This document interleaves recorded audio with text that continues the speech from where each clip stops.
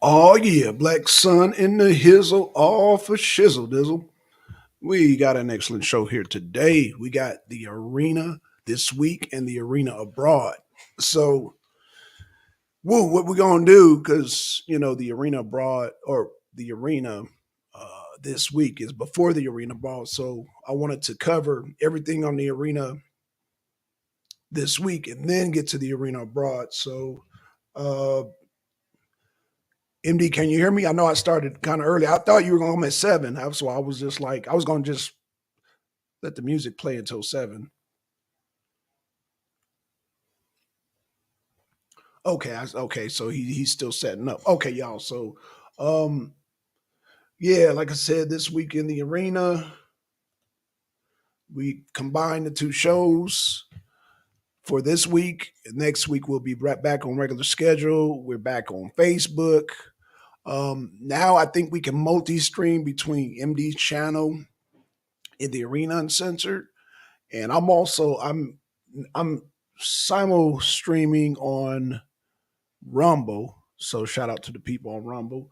So yeah, we're gonna I'm just looking at all these streams. So what I want to do right now is what I want to do right now. Let me close this out. Okay, so what I want to do right now is just make sure my articles are set up. Yep, they are set up just right. We go down to 150 on that.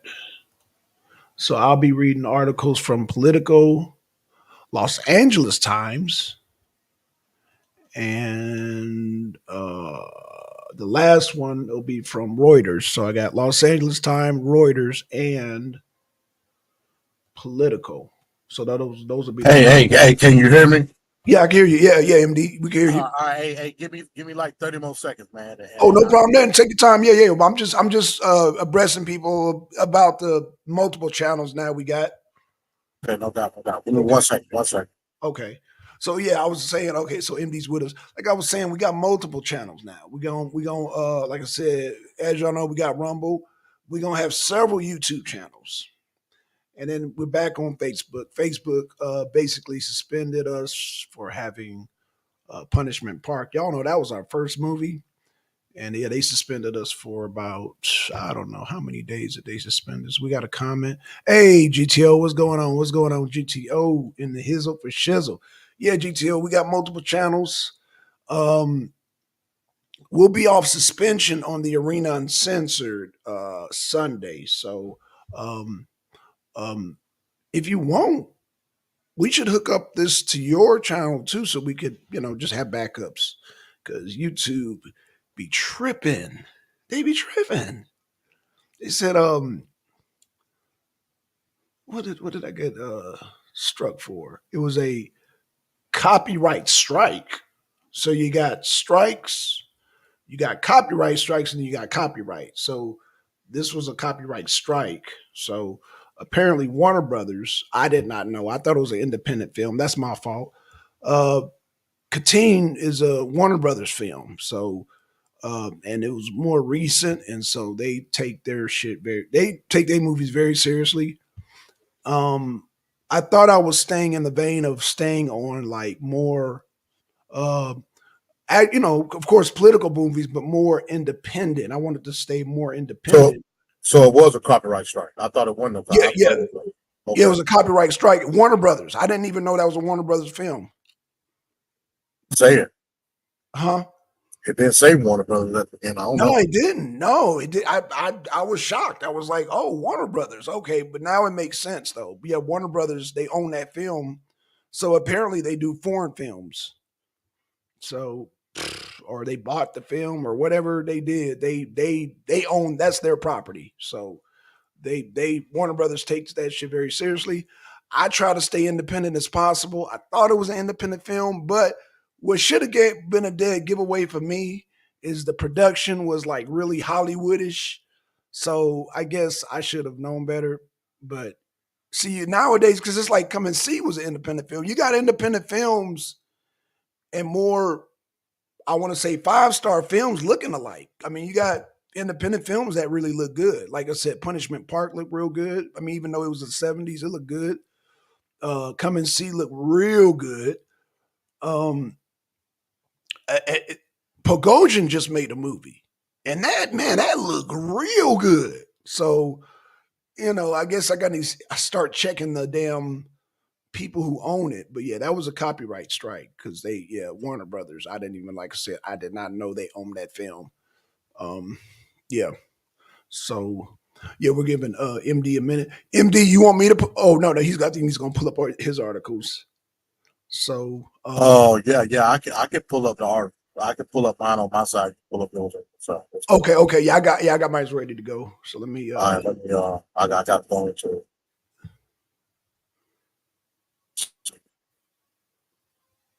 you said you wanted me to go first? yeah, so yeah.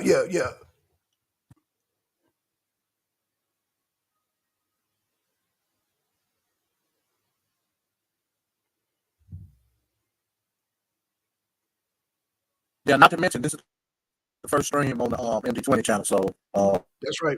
Yeah. I guess we'll be simulcasting over here. Yeah. So I know for this week, if we do anything else this week, which I do plan on doing on Saturday, we're gonna do Best in Hell on Saturday either way it goes. So Okay. that'll still be done over here. But then once that ban gets lifted over on the arena session, we'll just simulcast. That's what we'll do. That's right. Yes, sir. Okay. Yeah, we'll simulcast all of them, man. Yeah, MD, you're a little choppy, a little bit choppy. I might can't help that. It might be where I'm at. Oh shit. Okay. Damn. Yeah. If it's bad, then you might have to read. I don't know. I can try to move it around and maybe that'll be better. Okay. Yeah, it sound like it. Yeah, like it's interference. Yeah, it may be the where I'm at. Where I can try to go out and come back in. Okay. Yeah, but other than that, I can't. Yeah, it probably ain't nothing I can do about that. Oh, it But sounds hey, good tell you now. what I'll do is What did you just do? Because it sound good now. What did you just do? I ain't do nothing. Oh damn. Oh damn. Oh man. Okay. So yeah, you sound real good right All right, now. well, I don't know, bro. Like I said, man, I'm in the backwoods, man. So Oh yeah, it may be just Okay. that. Yeah. Okay. Oh, there it goes again. Oh. Yeah, GT, we got a It may be photo. doing that because I'm backing out. Oh, okay. So he's got to center a good spot. Sound like damn uh yeah, and being in the backwoods. I know how that is, man. I do know how that is. So yeah, this will be the new setup, man. We're gonna build up MD's channel because um we'll we want to build. I mean, I want all these channels. I mean, MD, UGTL, man, all these channels to build up because, like I said, man, um, it's good to have multiple channels. Okay, so All we right. So got how I sound now? you sound good now. Like I said, just let me know at any point in time if it's If it start messing up, okay, yeah. all right. I'm gonna get to it though. All right, so we're gonna start off with the arena this week. First article, we're gonna go to the hold on, damn. We're gonna go to the New York Amsterdam News, y'all. And let me start this. The underdog presidential candidate, RFK Jr. How do I move this out of the way? Second, I got this big ass. I don't think I can move. All right, so the underdog presidential candidate, RFK Jr. and his pledge to Black America. Now check this out, y'all. RFK Jr. we know is he's running on the Democratic ticket for the DNC for their primary election. So let's see what he got to say about black folks. All right. So Robert F. Kennedy Jr., member of the illustrious Kennedy dynasty, is making an unlikely run for the Democratic presidential nomination and has declared that he has steadfastly committed to continuing his family enduring legacy. In a one-on-one interview with the Black Press of America, Kennedy spoke about his relentless focus on combating environmental racism, ending qualified immunity for law enforcement officers, and addressing the alarming racial disparities within the American medical system. The 69-year-old District of Columbia-born candidate said he's championing causes that have plagued marginalized communities for far too long. His mission, he insisted, extends beyond rhetoric, seeking to dismantle systemic barriers and usher in a brighter, more equitable future, particularly for African Americans who have borne the brunt of injustice, including the problematic issue of maternal mortality.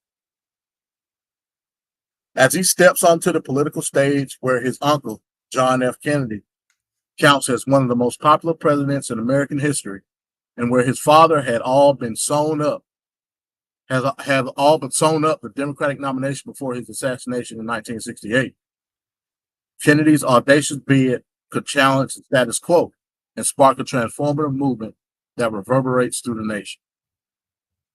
Black Americans are going to be a principal priority for me, particularly in ending that fear of dangerous interaction with law enforcement, Kennedy asserted. He also pledged a move to end qualified immunity, which protects police officers from personal liability in the event of a lawsuit. There is no incentive for individuals to change bad behavior, Kennedy remarked. We need systemic changes. We need to remove qualified immunity, which would make it necessary for an individual to consider his liability with every interaction. Every good economic system should incentivize good behavior and punish bad behavior. We need to have that. What that got to do with the economic system, I don't know. Okay. No. Kennedy added that there's a need for reorganization of police to understand the mission of protecting and serving, instead of being in combat mode when they come into the Black community. One of the children of the late Senator Robert Kennedy, who was assassinated in 1968, Kennedy announced his presidential candidacy earlier this year. His father and uncle, John F. Kennedy, both demonstrated a desire for a united and strong America, which he said inspired him. Despite his anti-vaccine views that have caused controversy, some surveys have given Kennedy as much as 20% support amongst Democrats. His unlikely challenge to the incumbent President Joe Biden has gained steam. A poll by The Economist and YouGov showed that Kennedy was viewed favorably by 49% of respondents and unfavorably by just 30%, leaving him with a net rating of 19 points, higher than any other candidate in the poll, which surveyed 1,500 adult respondents from June 10th to 13th. Further, Biden had a negative 9-point net favorability rate, with 52% of respondents viewing him somewhat or very unfavorable. In comparison, 45% have very or somewhat favorable impression, and Trump had a negative 10-point net rate, with 53% viewing him unfavorably and 43% favorable. Bobby Kennedy catch a spark? Maybe. Michael Novogratz, a billionaire Democratic donor who supported Biden in 2020 but has pledged not to back any candidate older than 72, told the New York Times. He's alienated himself because of some of the anti-vax positions, but he is a bright man, articulate, eloquent, connected, has the Kennedy name, and will pull a lot of Trump votes. Put that in your back pocket, Blackson. Oh, I will. Meanwhile, Kennedy said he also worked to end medical racism entrenched in our medical system in this country. He noted a recent video he created about medical racism, where health experts have concluded that Black Americans are less likely to receive quality medical care than whites. During the pandemic, Kennedy noted that African Americans were dying at 3.6 times the rate of whites. Regardless of their income or social status, Black mothers suffered maternal mortality alarmingly higher than any other race. If you're Black in this country, you're getting third world style medical care, Kennedy insisted. The medical system is not attuned to take care of Black patients, but a Black patient in this country is almost as dangerous as being a Black prisoner. You won't get good medical care, which will be one of my priorities. Kennedy also noted food deserts are plentiful and the quality of meals is horrible in most Black communities. Put that one in your back pocket, Blackson. All right, all right. Environmental issues plague Black America, Kennedy stated. 4 out of every 5 toxic waste structures are in the Black community. The highest concentration of toxic waste is on the south side of Chicago. And look at all the food deserts. And the food made available in many Black communities is highly processed and loaded with chemicals and hormones. It's making African Americans sicker. We need children who have good health and healthy brains, and they need to be able to access the best medical care. But the system is predatory toward Black Americans. And that's it. Okay, so shit. Oh man, I saw some nuggets in there. I saw some. Yeah, nuggets. he has some nuggets. He definitely has some nuggets. I ain't gonna say that he did. Right, He right. definitely has some nuggets. But here's the issue at the end of the day. All the things in which I agree with, all the things that he mentioned in his political platform,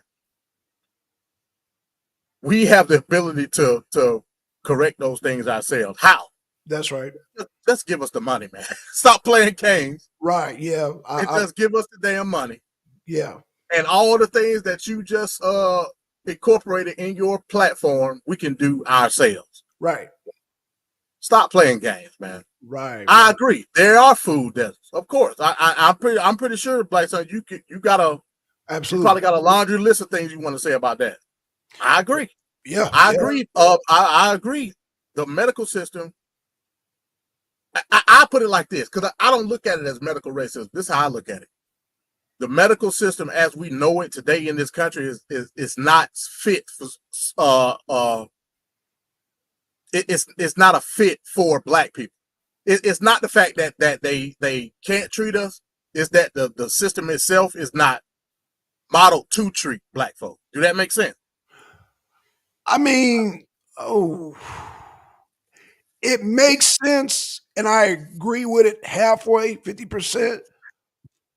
Actually, I agree with that because a lot of our hospitals, I would say, well, let me just say this. Do you agree that there's a medical crisis right now? Yeah, of course. Okay, but I'm not going to blame that on racism. No. I don't blame that on racism. No. I blame that on. Oh man, I just blame that on poor funding, poor management. I blame that on. I mean, I can't really say racism, but I mean that's just. Oh man, I mean, when I look at the medical field, I mean, it's so many Pandora boxes, like I said, and it does tie in with the food desert. You know how I am about the health. So it's oh man, it's definitely not racism. I'm gonna say that it's not racism. So Kennedy, he's kind of go ahead. Yeah, he's jumping out the window on that one. So again, like I said, it's not that I will say that it's racism. Many Black folks will say it's racism. I'll say that the current healthcare system in this country is not fit to treat Black folk. I'm not going to blame that on racism. That's just like me saying I'm going to let's say a dementia patient. That's like saying you're going to go treat a dementia patient with a doctor that specializes in mental illness and trying to define the two the same way. We know dementia in relative terms is not a mental illness, yet they'll try to treat it as such. That's what I mean by black people don't have specialty treatment for us in these communities. This is where you get issues with Democrats trying to bring diversity into hospitals, right, when the bigger goal should be bringing hospitals to Black folk specifically. Good point.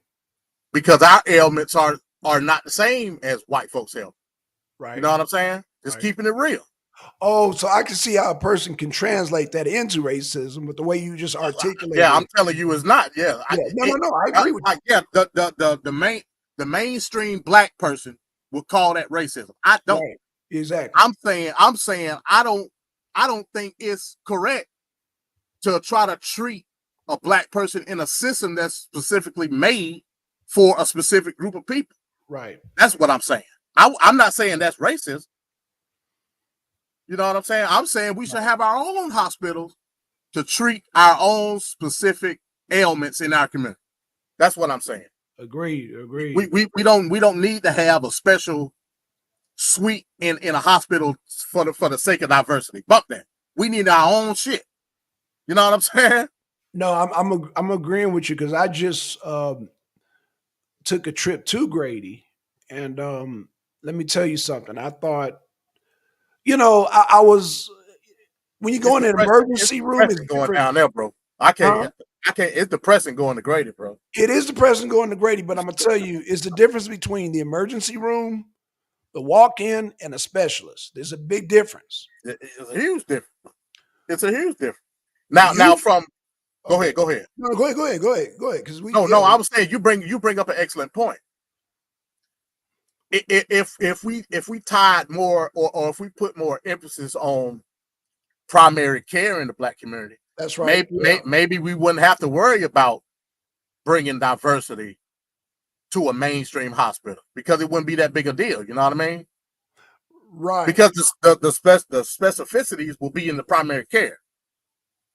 That's right. Yeah. Oh, yeah. Absolutely. Because I think they're better trained and they're more experienced, as Right. opposed you got these damn doctors in the emergency room and the walk-in that are like still doing like what they call residency work and shit. You could Yeah. tell. I like the lady that walked in. I could tell. I said, "Oh, she's a damn student, man." And then the nurse, they were all damn students, man. And I was like, "Man, this is man."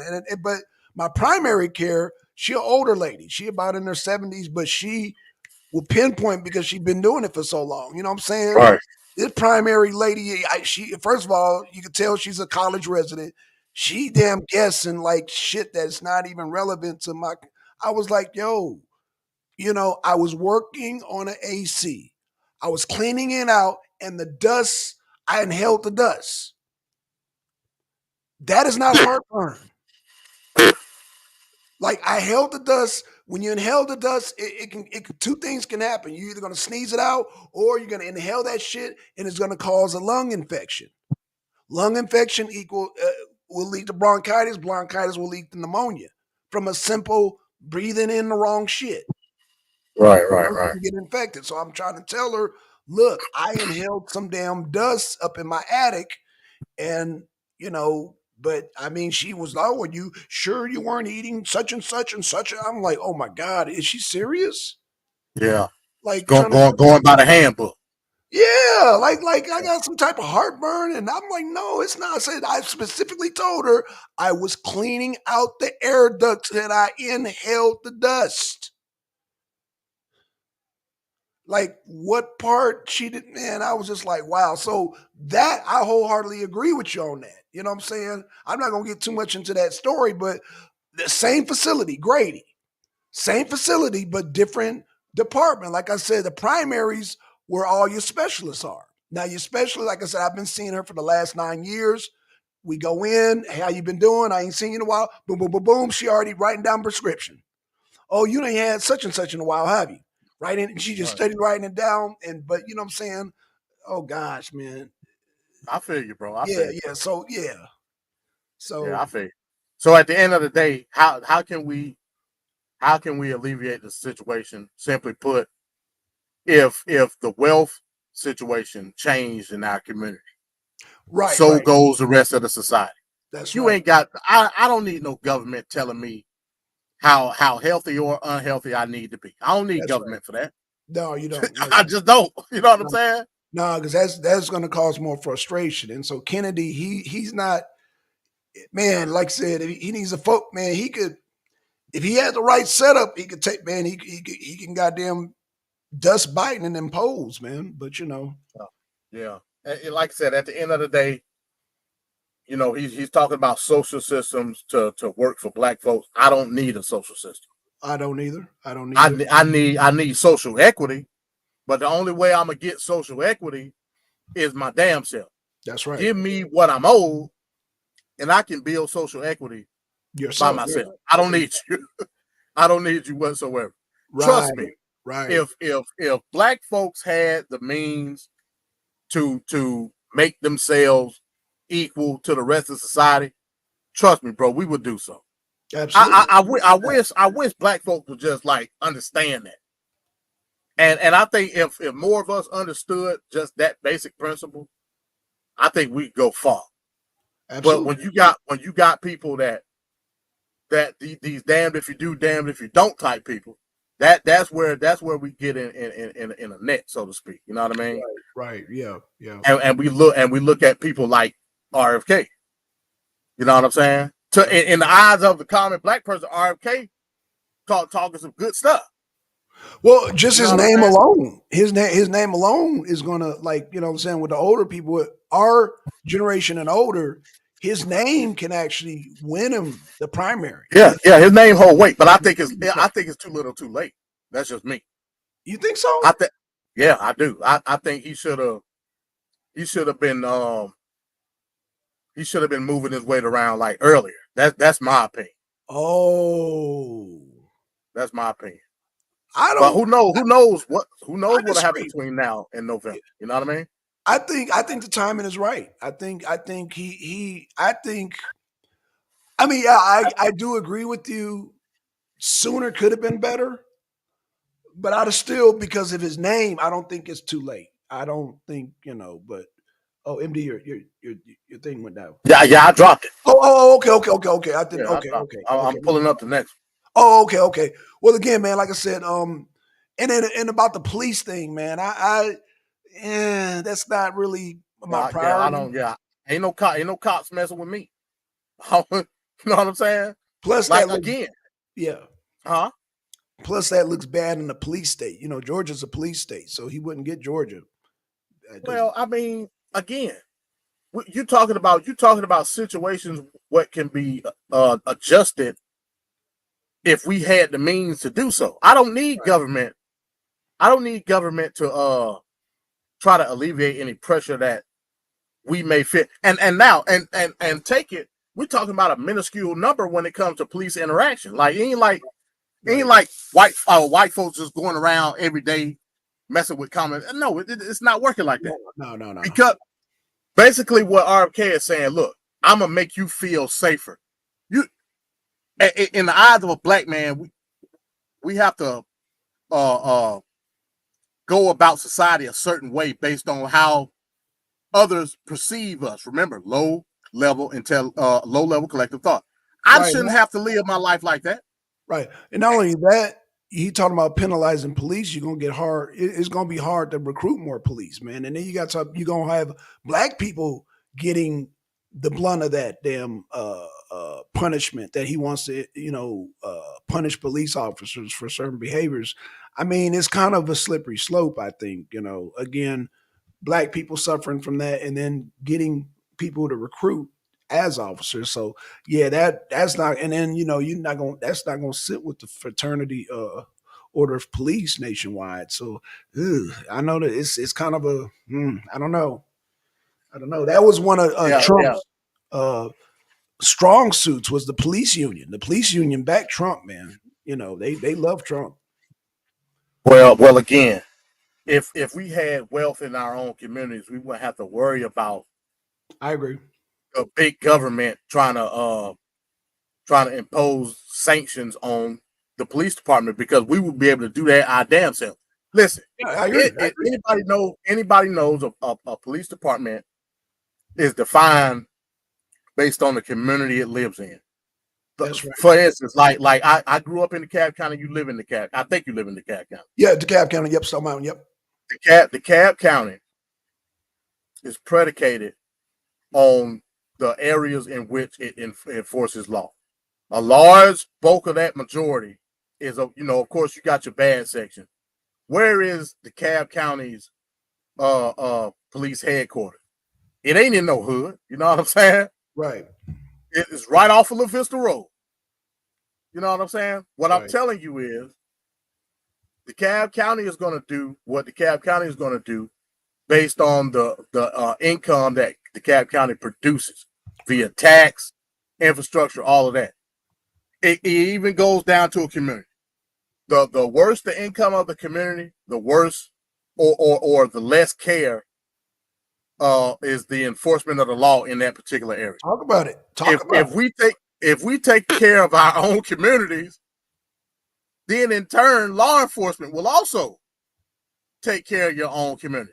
They're not gonna jack with the person that's paying them in the sense of a true core. They don't give a damn about no nigga in no hood. Right. They just don't.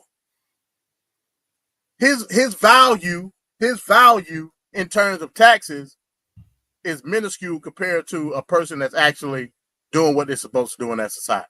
Right. Period. More money equals better service at the end of the day. Everything revolves around economy. The better the income of the community, the better services that community gonna have. Right. That's for everything, not just law enforcement. It's for every damn thing. So so black folks got a perception of law enforcement based off the lowest of the low in the community. Shouldn't have to be that way. And I don't live my life that way, nor do I teach my children Right. to live that life, their life that way. You ain't doing the goddamn thing. Don't worry about what the police is doing. Right. Right. And right. if you feel like they doing something that's unconstitutional, turn that damn camera on and let me see it, and we're gonna get paid at the end of the day. Period. Right. Yeah. Let them do it. Let them. Put your hands up. Hey, don't resist nothing. Go to jail. I come get you out because I know we getting a payday at the end of the day. You know what I'm saying? Oh man. So that's the type of mindset that we gotta have. Why should I have to teach my kids to act a certain way toward this aspect of enforcement of the law? Right. When I can do something better and teach them the law themselves. Right. Come on, man.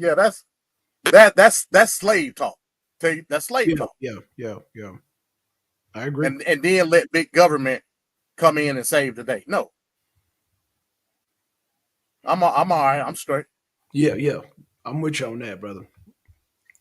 Yeah, but in any event, let's get into this next article. Let me pull it up.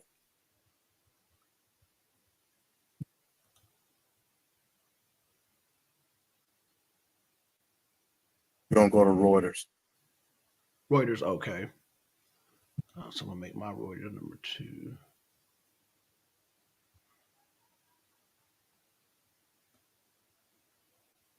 All right, so we in Reuters. We talking about Hunter Biden, y'all. I had to get to it eventually, huh? Hunter Biden to plead guilty to tax crimes, reaches deal on gun charge. This is from June 20th when it all went down. U.S. President Joe Biden's son, Hunter Biden, has agreed to plead guilty to 2 misdemeanor charges of willfully failing to pay income tax and to enter into an agreement that could avert a conviction of a gun-related charge, according to a court filing on Tuesday. Part accusations of favorable treatment for the Democratic president's son from former President Donald Trump and his Republican allies, who for years have attacked both Bidens. Their accusations of wrongdoing by Hunter Biden relating to Ukraine and China prompted the investigation by David Weiss, the U.S. attorney in Delaware appointed by Trump, that led to the charges. The 2 misdemeanor tax charges were Hunter Biden's first. Younger Biden has worked as a lobbyist, lawyer, consultant to foreign companies, investment banker, and artist, and has publicly detailed his struggles with substance abuse. The announcement by the Justice Department comes as President Biden is in the middle of a re-election campaign that may pit him against Trump, the front runner for the Republican nomination in 2024. As president, Trump asked Chinese and Ukrainian authorities to investigate Hunter Biden's activities in their country. Let me get this shit out of the way. But I did. Okay. According to court filings, Hunter Biden received a taxable income of more than $1.5 million in 2017 and in 2018, but did not pay income tax those years despite owing in excess of $100,000. He is also charged because he smoked it. That's what. Dope fiend. Dope fiend, He baby. is, he is also charged with unlawfully owning a firearm from roughly October 12th to October 23rd, 2018, when he was using and addicted to a controlled substance. We're going to get into that too. Oh, shit. The Justice Department said for that charge, he entered a pretrial diversion agreement, an alternative to prosecution that is sometimes used to allow defendants to avoid prison time or a criminal conviction. It is my understanding that the 5-year investigation into Hunter is resolved, his attorney, Christopher Clark, said in a statement. I know Hunter believes it is important to take responsibility for these mistakes he made during a period of turmoil and addiction in his life. He looks forward to continuing his recovery and moving forward. Weiss said the investigation is ongoing, a standard statement in such announcement. The White House on Tuesday declined to comment on the charges over the hill.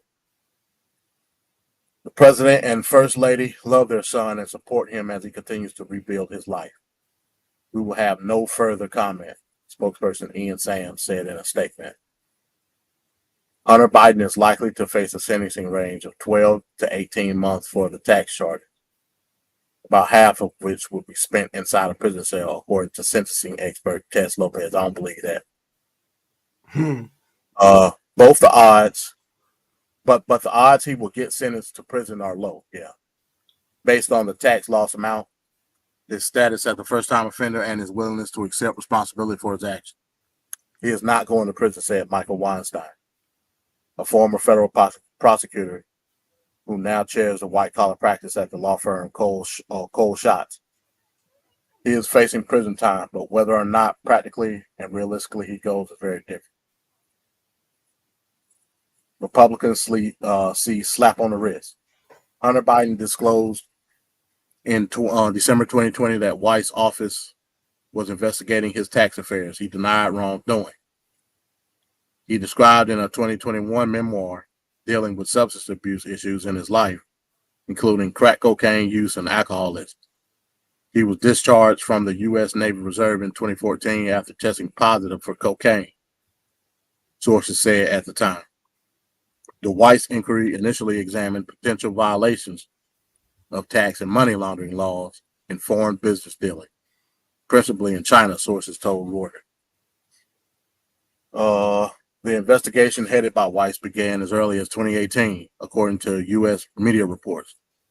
Weiss was asked to stay on in the role after Trump left the White House and President Biden began to continue the probe. The probe followed accusations of influence peddling against Hunter Biden by Trump and others, as well as Trump's efforts to get Ukrainian officials to investigate the son of the man he saw as his likely 2020 presidential challenge.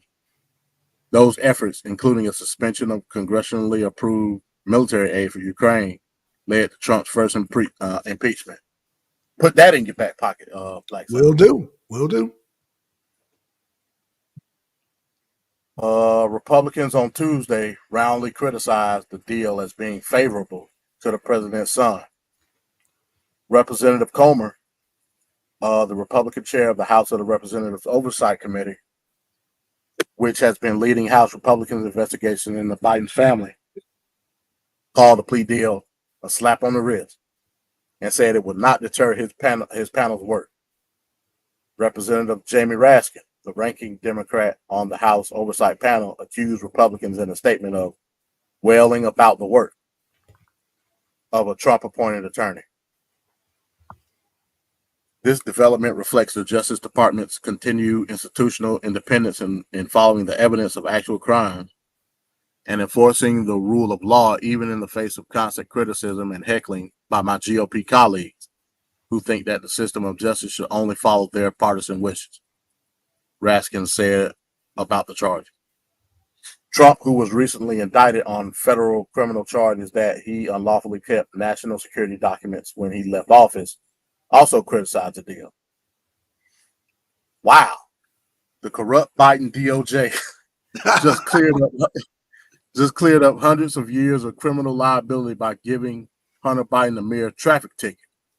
Or our system is broken, he said on his Truth Social platform. President Biden has 2 surviving children, Hunter Biden and daughter Ashley Biden. His son Beau Biden died in 2015 of cancer, and his daughter Naomi Biden died as an infant after a car accident that also killed Joe Biden's first wife.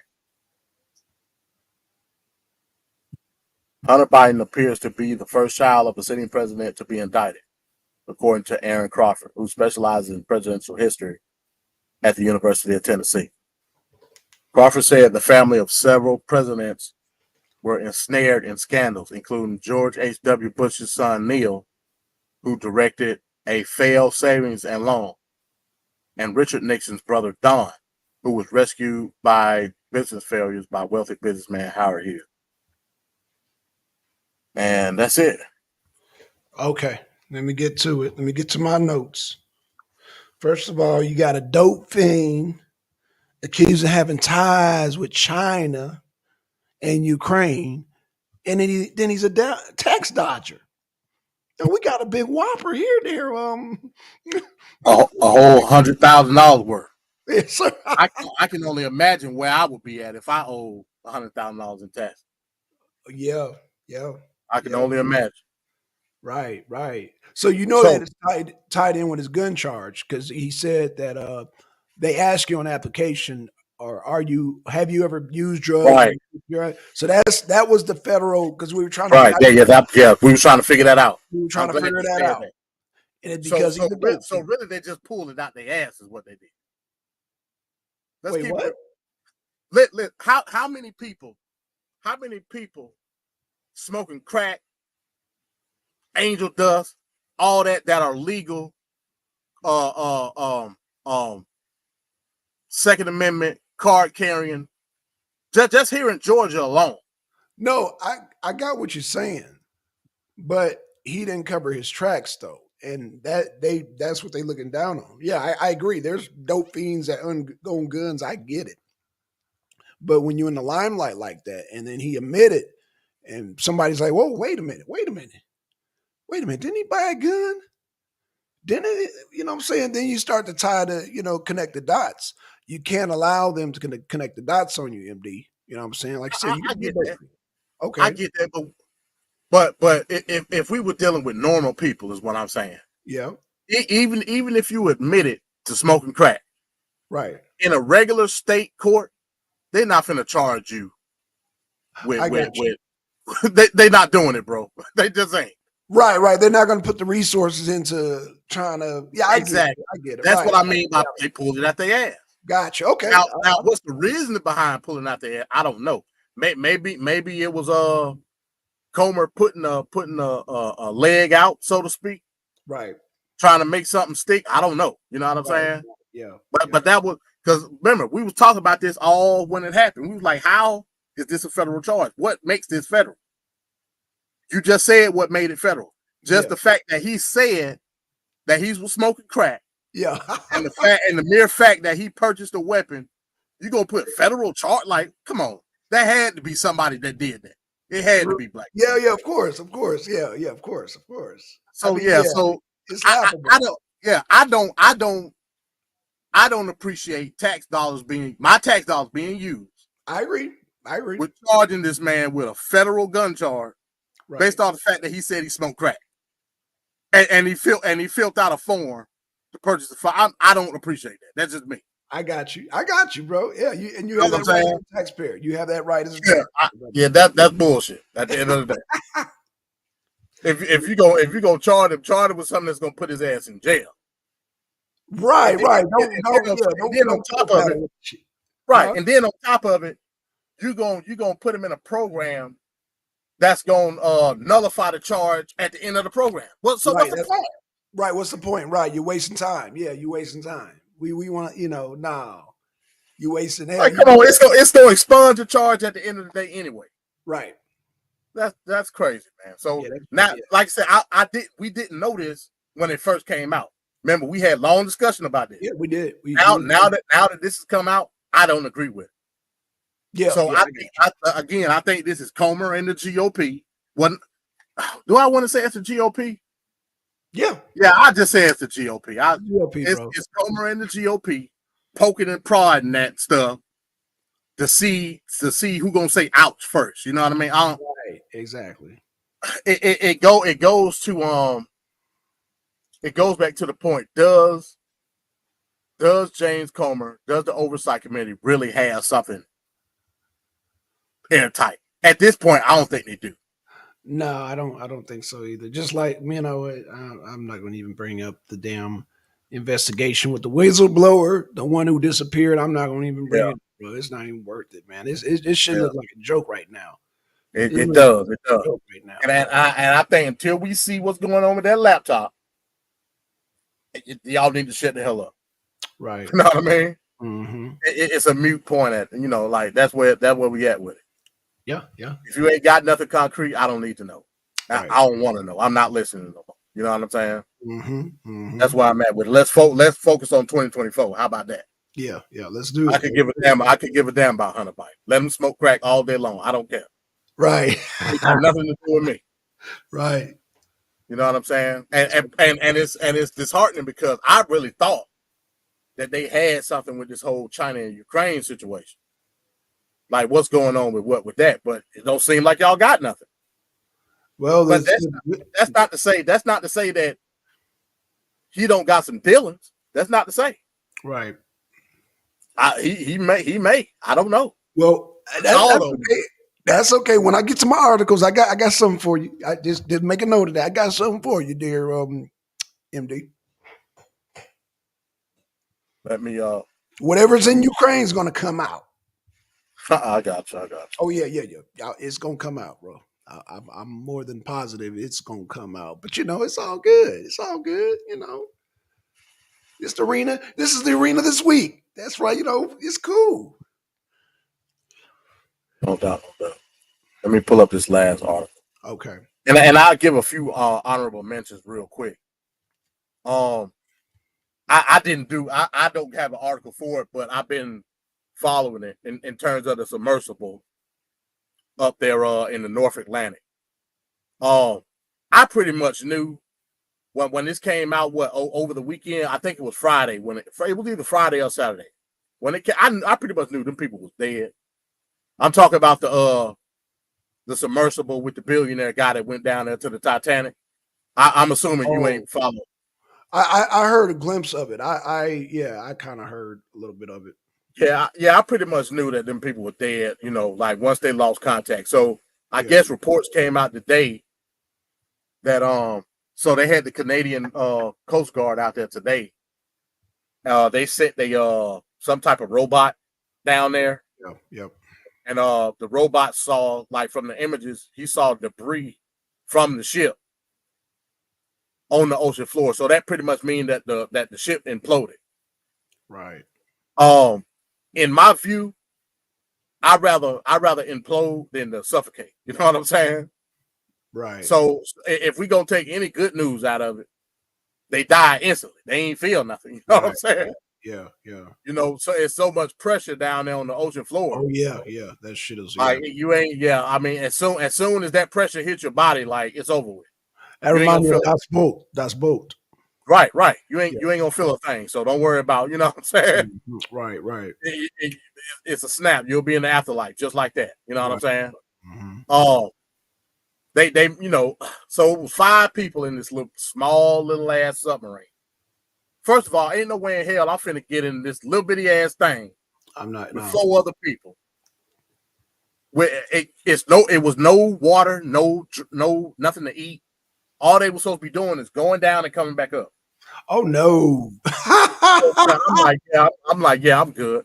And They each paid $250,000 Right. Of course. because it was state of the art, quote unquote, state of the art equipment. Right. The guy who was amongst the dead was the actual builder of that submersible. He was a billionaire. Right. You know what I mean? He had been down there a couple of times, but he said, "Okay, I guess I could make money off of this." And he charged these other millionaires to go down there, and now they all dead. Now they all dead. Damn. So I mean, so there's that. Another honorable mention. So I'll go and put this out there because I've been following a little bit. Okay. If anybody knows about the Brother Polite situation, so apparently he pled guilty. Now this is me. I don't know the full details. We won't know until he goes to appear in court. Apparently he pleaded out on some type of charge. We don't know what type of charge that is. But according to the reports that everybody came out with yesterday, with the virtual court proceedings that they had, right. They're going to allow him to officially plead out in person. Right. But he's going to have to be there because immediately after the plea, they talk about incarceration. So I don't know. Again, we don't know. The public doesn't know what charge he pled guilty to. We won't know that. How many charges did he have altogether? Because I was originally he had 2 counts, lewd and lascivious acts, I think. Okay. And he had another count of I want to say damn. See, I don't want to give out the wrong charge. Okay, that lewd lascivious, is that a misdemeanor? Oh, no, those are all felonies. All of them felonies. All felonies. Okay, got you. I want to say the other charge was something with a minor. Like I said, I don't know the specific charge. Okay. But again, we don't know if they maybe offer him a plea deal with a lesser charge. We don't know yet. Right. We won't know until he goes to court. Okay. So keep an eye on that. Like I said, I ain't no big polite dude. I just thought it was interesting that all this is coming around full circle. And so we'll see what goes on with that. But let's go to the actual news, I guess. Okay. We're gonna do that. This is my last article here. The actual news. Oh God. Well, damn. I mean, it is what it is. No nigga YouTube news. No. At the end of the day, hell, it ain't putting no money in my pocket. Oh wow. Okay. I just thought it was interesting. You know what I mean? Yeah. I mean, especially on this side of YouTube, we all know. Yeah, we know Polite. Our brother Polite, and but hey, I ain't giving no money to him, so I'm good. You know what I'm saying? Yep. I'm good. All right, we're going to NPR, y'all. This is my last article for Arena this week. So NPR, the Supreme Court leaves Indian Child Welfare Act intact. Let's see what they're talking about here. In a major victory for Native American rights, the U.S. Supreme Court on Thursday upheld key provisions of the Indian Child Welfare Act, a law enacted 45 years ago to remedy decades of past government abuse. By a 7-2 vote, the court ruled that the law does not impermissibly impose a federal mandate on traditionally state-regulated areas of power. Writing for the court majority, Justice Amy Coney Barrett pointed to 2 centuries of precedent. Now check this out. Justice Amy Coney Barrett pointed to 2 centuries of precedent that have established a broad congressional right to legislate on Indian affairs, including family law matters. The Constitution does not erect a firewall around family law, she said. On the contrary, she wrote, we have not hesitated to find conflicting state family law preempted by federal law. While the tone of Barrett's opinion was often technical, it is noteworthy that 2 of her 7 children are adopted, as are Chief Justice John Roberts' children. Background on the 1978 law. The Indian Child Welfare Act, known as ICWA, was enacted in 1978 after a congressional investigation found that in the 1950s, 60s, and 70s, over 1/3 of all Native American children had been removed from their homes, some forcibly, and placed with non-Indian families and institutions with no ties to the tribe. To ensure that would never happen again, the law established 3 preferences for the placement of Native children when they are adopted or put in foster care. The first preference is for placement with the child's extended family, then to other members of the tribe, and if neither of those is available, to members of another tribe. Those preferences were challenged by the state of Texas and by non-Indian adopted parents.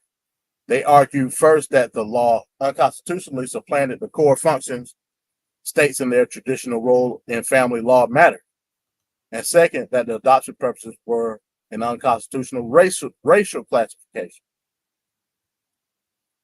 So basically what they tried to say was, hey, you can't the Indian Child Welfare Act is unconstitutional because like how we always say, you can't constitutionally make a law about race. That's what they was trying to say. That's what these white folks was trying to say. That was trying to adopt the little Indian kid. But on Thursday, the Supreme Court explicitly left the Indian child welfare law intact, prompting joy among Indian tribes. The court's decision, however, left one important question unresolved: whether the statute system of preferences for Native adopted parents amounts to an unconstitutional racial preference. Whoa. Several non-Indian adoptive parents made that argument, but the court said that the procedural reasons they had no legal standing to bring their cases to the Supreme Court. But because okay, I'm gonna let you finish because so basically what like the white folks were trying to say. So if you're gonna do it this way, you got to do it the same way in reverse. So meaning Native parents has to be it has to be Indian kids and nobody else. You know what I'm saying? Right. Yeah. Like Native parents can't adopt black kids or white kids. You know what I'm saying? Right. But the Supreme Court said, no, we're not going to accept that because first of all, you can't bring no case. With that, show me the case and then maybe we'll talk about it. Right. You have no legal standing with that right now. That's basically what the Supreme Court said. Justice Brett Kavanaugh joined the Barrett opinion, but wrote separately to say that, in his view, the preference issue remains a serious. Still, several Indian law experts said today that it may well be difficult to find a suitable test case to bring to the Supreme Court because most cases are settled without any appeal. Michigan State University law professor Kate Ford, who tracks these cases nationally, says that in the 6 years between 2015 and 2021, there were only 14 placement preference appeals in state court. So they did all of this over 14 cases nationwide. Given that we have hundreds of child protection cases every year, that's a very small number. Yes, it is, he said. Bertram Hirsch, who helped write the Indian Child Welfare Act back in the 1970s, adds that it is rare for an adoption case to last long enough to be a live dispute when it gets to the high court. It's going to be extraordinarily difficult, I think, to find a plaintiff who is willing to not proceed to finalization of an adoption and instead keep a child and their family in limbo through years of litigation with no resolution, he said.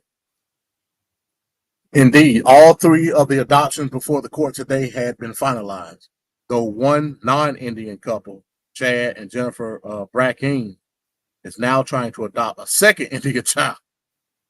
Matthew McGill, the lawyer who brought the ICWA challenge on their behalf, says he will pursue the race discrimination claim in state court adoption proceedings involving the second child. So they're going to try to say that it's unconstitutional based on race. Oh, shit. Involving the second child, a 5-year-old girl who is the sister of the child the couple have already adopted. Despite the win for the Indian tribes on Thursday, Chief Hoskin is worried about other Indian preferences outside of adoption.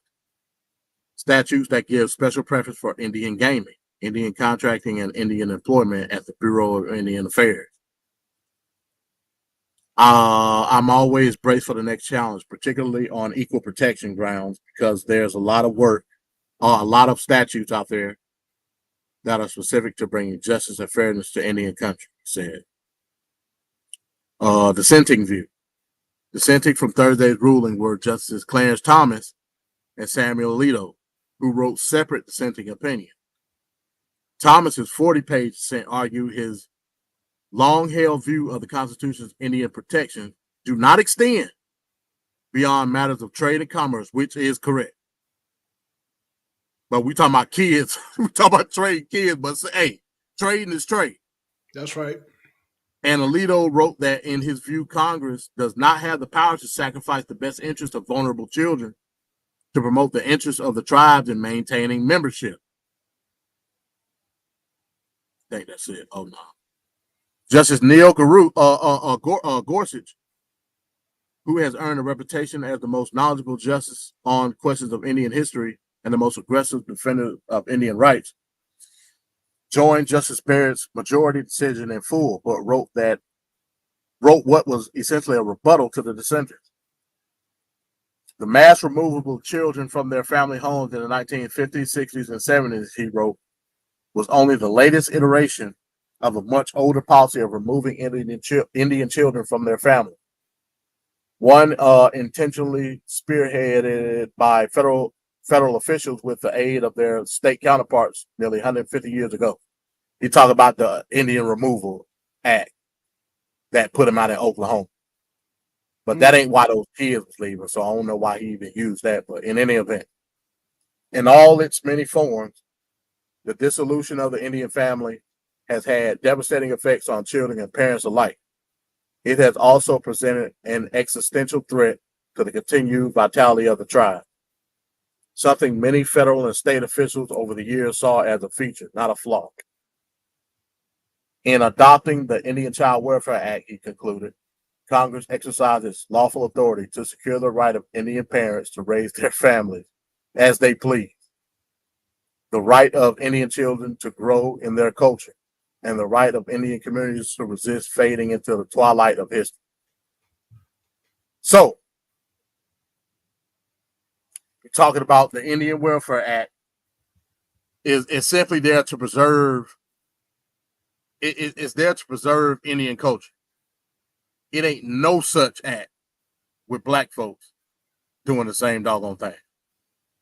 White folks could come scoop black children up by the droves if they want to. You know what I'm saying? Yes, sir. and it's no problem. Yeah. Me personally, I mean, hell, if a kid is in need and some white savior want to come and save these little children, let them do it. Yeah, let them do it. Yep. You know what I'm saying? Now, here's what they were trying to say.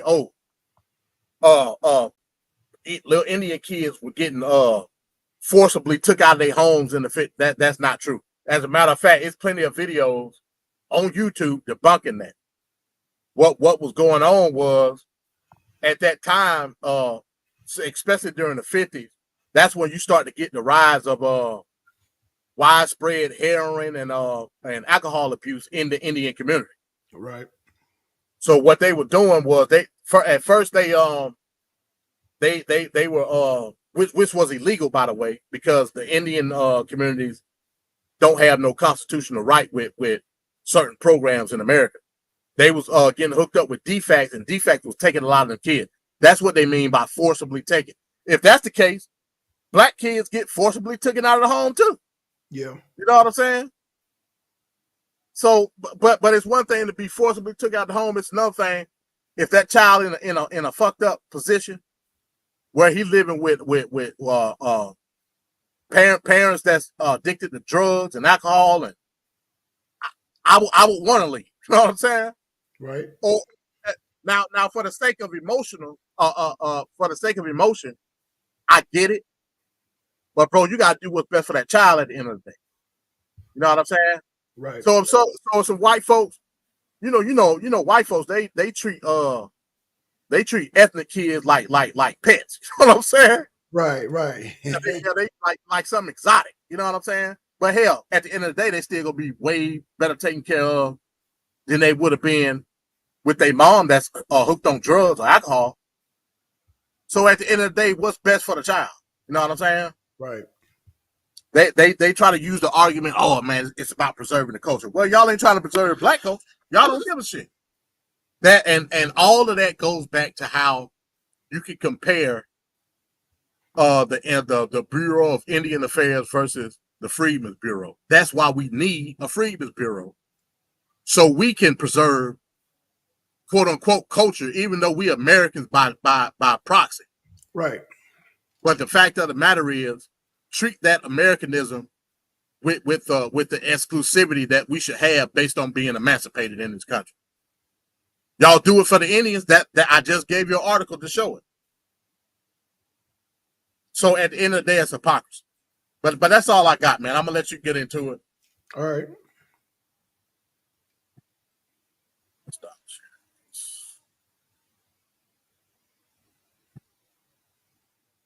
Yeah, let's go to Ukraine, man. All right, let's go to Ukraine. Shit. All right. So, man, where do I start? Where do I start?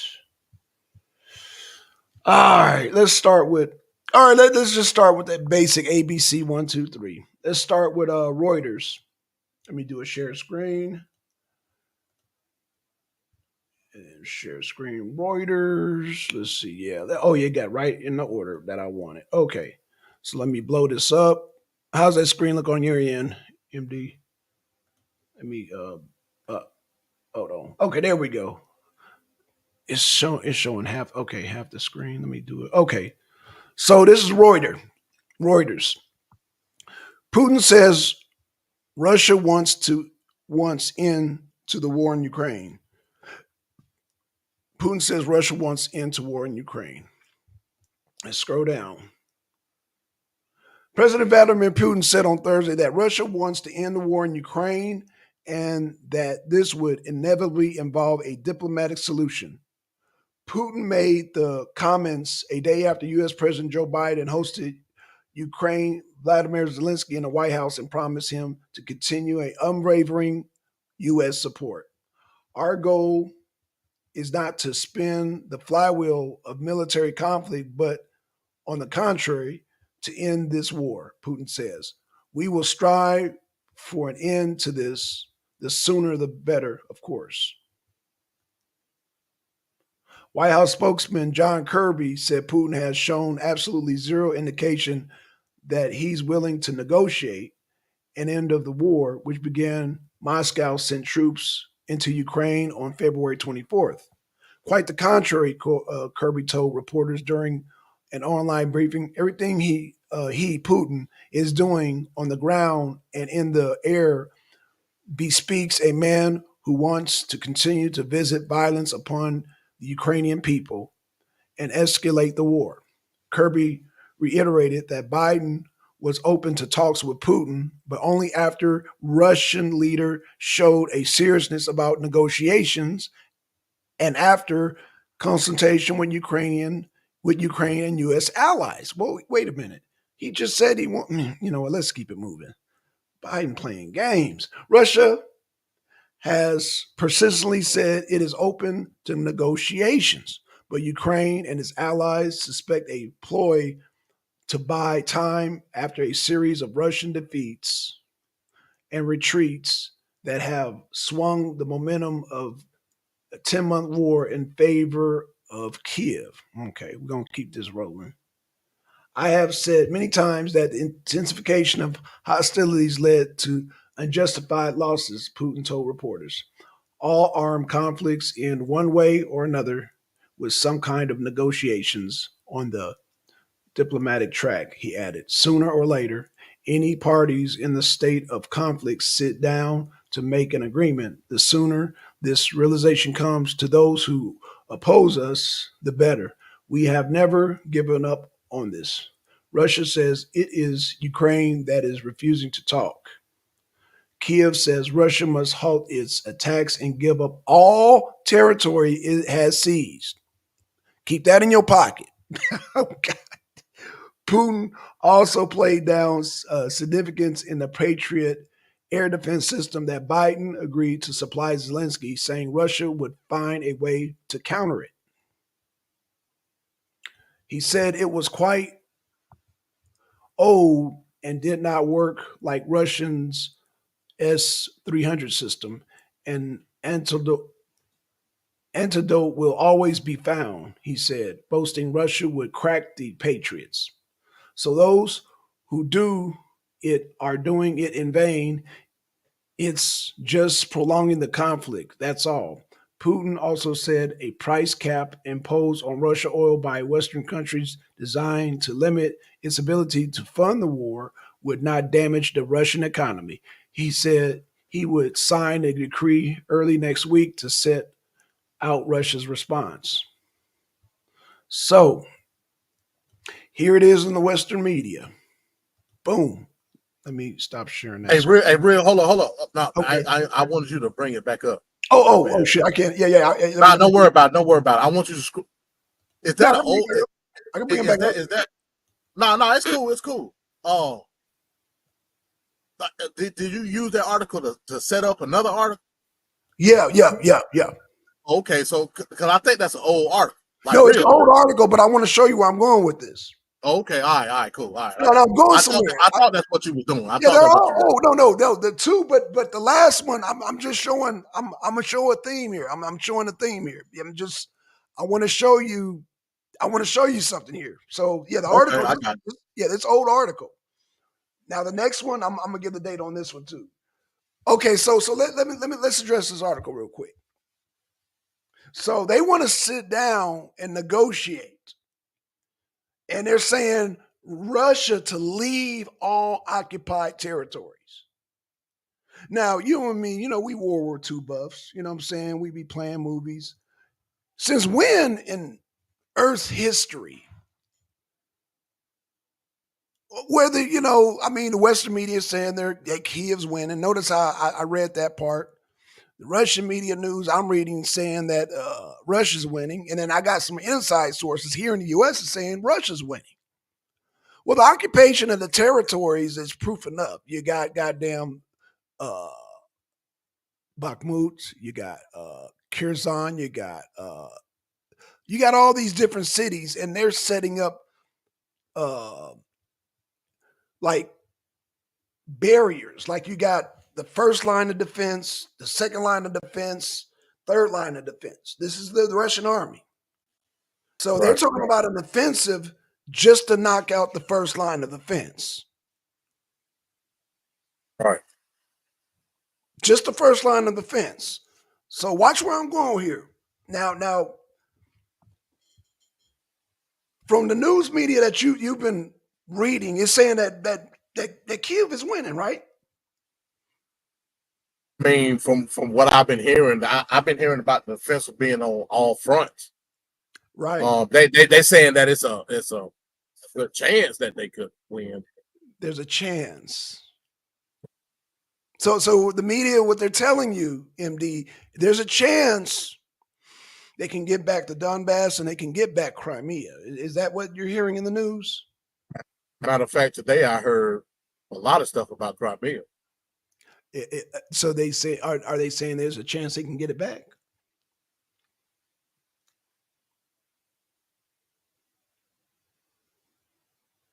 Yeah, Oh, so there's a chance they can get it back. according to mainstream media, yeah. According to mainstream media. Okay, I'm glad you said that. I'm glad you said that. The mainstream media, who has no military background, they got these, but we got generals like Petraeus and all that saying, you know what? We can take Crimea back. We can take the Donbass back. Mind you, they just lost Bakhmut, but they can take back Crimea, though, right? You follow me so far? I got you, yeah. Okay, so let me go with my next article. Let me go with the next article. I'm just showing you a pattern here, and I'm gonna analyze this thing. But I got to show you these articles. I'm gonna show you what your mainstream media is doing to you, and the rest of y'all listening to these goddamn these Reuters and these Los Angeles Times and your politicals and all of them, your CNNs. I'm gonna show you where I'm going with this, but I'm gonna show you. We're just gonna read some things. We're gonna connect the dots. Okay, so Putin said he wants peace. They're saying we don't want peace. You guys have to back off the territories that they won. I just want you to piece that together, MD. Got you. I got you. So would you say, let me just ask this question before we move on. If a country occupies a territory, would you say most likely they won that territory?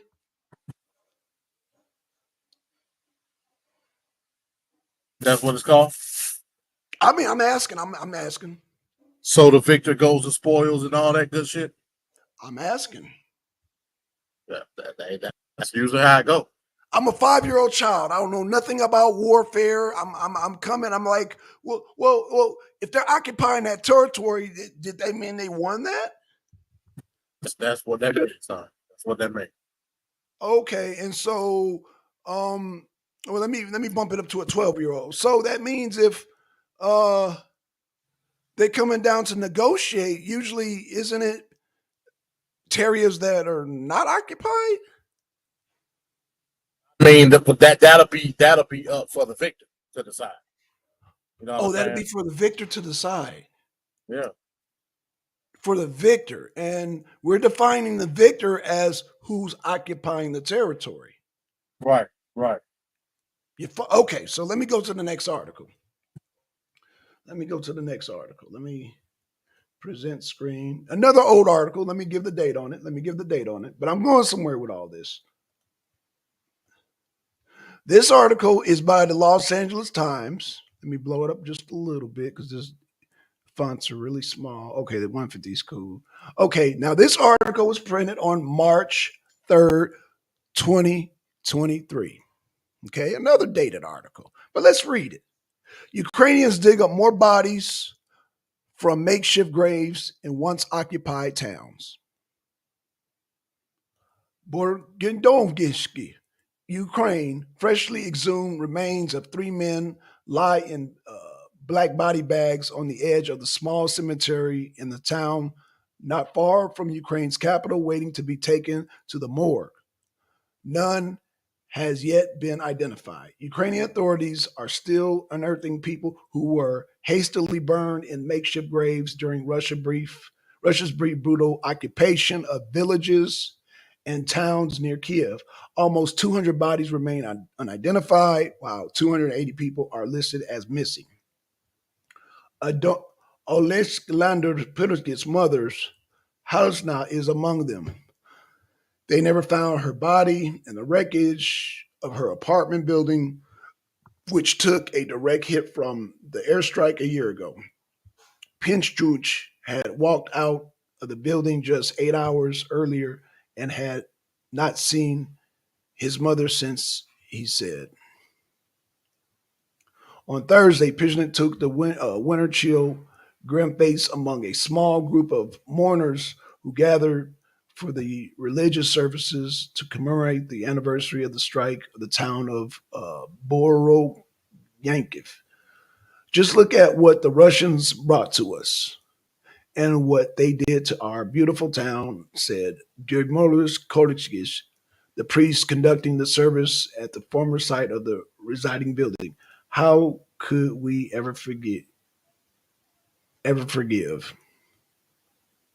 Nothing remains to the structure except the outline of where it once stood. Behind it is another apartment building, blackened and empty, but still standing. Pusher said rescue crews only managed to get to the building last April after Ukrainian forces retook control of Berdojkic. The crews dug through the rubble for about 2 weeks and located the remains of 15 people, but they found no traces of dozens more believed to have been inside a 108 apartment building. We still have hope for at least some of them, but the rest, they just burned alive, Pritzker said. His uh, gaze fixed the pain of lost Willoughby in his eyes. Without a body to mourn over and bury, the 43-year-old hopes against hope that his mother is still alive. He heard rumors that Russian troops took more than 100 people from Berdovkis to Belarus. Perhaps she was among them. Until the last moment, I will think of her Now keep note of that the Russians took 100 people to Belarus. Un- Until the last moment, I will think of her as alive, he said. The exhuman, exhumation of the three bodies Thursday from the two makeshift graves on the edge of the Brookfield Cemetery meant that some families may have a chance to learn what had become of their loved ones. A passerby found three in early March 2022 when Russian forces still occupied the town, and he burned the bodies with the help of another man, according to the Andriy Nebovkis, the head of the Kiev's region's police department. The passerby then fled to the region. He only just recently returned and told authorities about the burials, police force said. One of the dead is believed to be a 50-year-old local man who was shot and partially burned in his car. The DNA tests are needed to confirm that body knows who the other two are. There are not much to go on to identify them. A green pencil is all that was found on one, packs of cigarettes, the key fobs in another. The remains are decomposed. That identification and determination exactly how they died will require forensic tests. The exhumations bring the number of civilian bodies found in previous Russian occupied areas of the Kiev region to 1,373. Dnipro said of that number, 197 yet to be identified. Okay, so the reason I read that article is to give an idea of what, of the carnage that's going on around Kiev. You know what I'm saying? So we're painting a picture here of who's suffering the most out of this. It's Ukrainians. Like we're not gonna debate that. We're gonna agree that it's the Ukrainians that are suffering this thing, right? Yeah, yeah. Actually, I remember when they were trying to hype this Boryanka thing up Right. as if the Russians were basically trying to surround Kiev. I remember when they was Right. when they was hyping that. Right. They were trying to hype it to give this like, oh, Putin wants to take Kiev and he wants to take over. Now, again, listen to the media, listen to the narrative that they're trying to paint. They're trying to paint that. Now, I just read to you an old article. Putin said, "Look, I want a peace deal," but the media is painting this picture like he wants to take out Kiev. Right. Now, keep in mind, Boryanka is west of Kiev. That's right. Keep that in mind. Like that. That's important. So in order to believe that troops were in Boryanka, they would have to obviously pass through Kiev to do so. Right. Who think that actually happened? The You know media, what I'm saying? the Western media. You see the So you see the you see the picture that I'm painting here, right? yeah, no doubt, no doubt. So Putin wants peace. They want to sit down and negotiate, and you got to give up. You got to give up the Donbass. You got to give up Crimea. But Ukraine's Kiev is winning though. But you got to give up those occupied territories. But Kiev is winning. Do you see how this doesn't? Is that making any sense to you, MD? I feel you, bro. I feel you. I feel you. No. Is it making any sense? I'm trying It to. it, ma- it makes perfect sense, bro. In order to substantiate a win, there's no need for any coming to the table with territory. I mean, you took it, you won. I understand, bro. You're preaching to the choir, bro. What is there to negotiate? It's nothing to negotiate. Not if you won. Right. But you're So hypothetically, if Ukraine is winning, that will obviously mean that they have taken the territory, which they have not. right. Three territories: Luhansk, Donetsk, and Crimea. But they want all that back. This isn't our negotiation. I just want to know where they do that at in history. Where have they done that when the usually the side that's winning are the ones that's occupying. Right. Gain ground, lose ground. And this is why the arena cinema is so important because it really puts things in a perspective. But let's do the last article so we can really get down with this conversation. So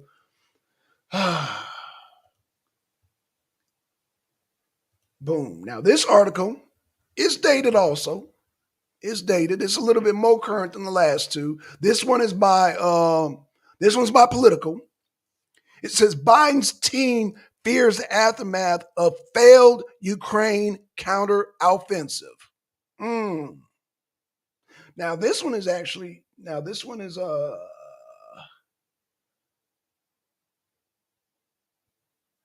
this was updated. This is April 2023. Now, Biden administration is quietly preparing for the possibility that if Ukraine's spring offensive falls short of expectations, critics at home and allies abroad will argue that America has come up short too. That's the Biden administration. Peep game. Ukraine's ever imminent counteroffensive will attempt to retake Russia's seized territories, most likely in the east and south, that being the Donbass, that being Crimea. Thought for operational reasons, no senior officials from Kiev have detailed specifics. Okay, let's scroll down. Publicly, President Joe Biden's team has offered unwavering support for Ukraine. Oh, really? Okay. Pledging to load up with weapons and economic aid for as long as it takes. But if the impending fighting season yields limited gains, administration officials have expressed privately they fear being faced with a two-headed monster attacking it from hawkish and dovish ends of the spectrum. One side will say that Ukraine's advances would have worked had the administration given Kiev everything it asked for, namely long-range missiles, fighter jets, and more air defense. The other side administration official worry will claim Ukraine's shortcoming proves it can't force Russia off of its territory completely. And this is why they're trying to negotiate, because you can't force them off. Keep that in your pocket, MD. That doesn't even account for the reaction of America's allies, mainly Europe, who may see a peace negotiation between Ukraine and Russia as a more attractive option if Kiev can't prove victory is around the corner. So we got to define what victory is around the corner. Take notes, MD. Take notes, please. Inside administration officials stress they're doing everything possible to make the spring offensive succeed. Really? Okay, let's keep it moving. Succeeding would be taking. I'm assuming. Let me just take a real quick note. MD, I'm assuming a successful spring offensive would be taking back Crimea and the Donbass. Am I saying? But I mean, a successful, because the spring offensive don't constitute the whole war in itself. So, the successful spring offensive would be taking back partial territory at least, at the very least. That's not according to the Pentagon and Victoria Nuland. That's not. I'm just basing it off of layman's terms. Like when we say spring offensive. No, I get you. No. I get you, and I agree with you. But I'm saying that Victoria Nuland is not agreeing with you. Goddamn, Vladimir Zelensky is not agreeing with you. They said they wanted. Okay, go ahead. Yeah, I got you. They want total reoccupation of the territory. I get it.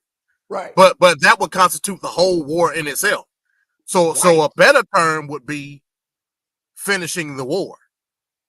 They just saying spring offensive. Like spring offensive, I can from the outside looking in, I can only say that's only part of the totality of what they want to do. Okay, fair enough. I'm gonna give you that. I'm gonna give you that. I'm gonna give you that. I'm gonna give you that. Right, Just right. for the sake of keep it moving, I'm gonna give you that. I'm gonna give you all that. I'm gonna give you I all that. got, I I'm got you. gonna keep it moving. But keep that in mind. Take notes. I'm gonna give you all that.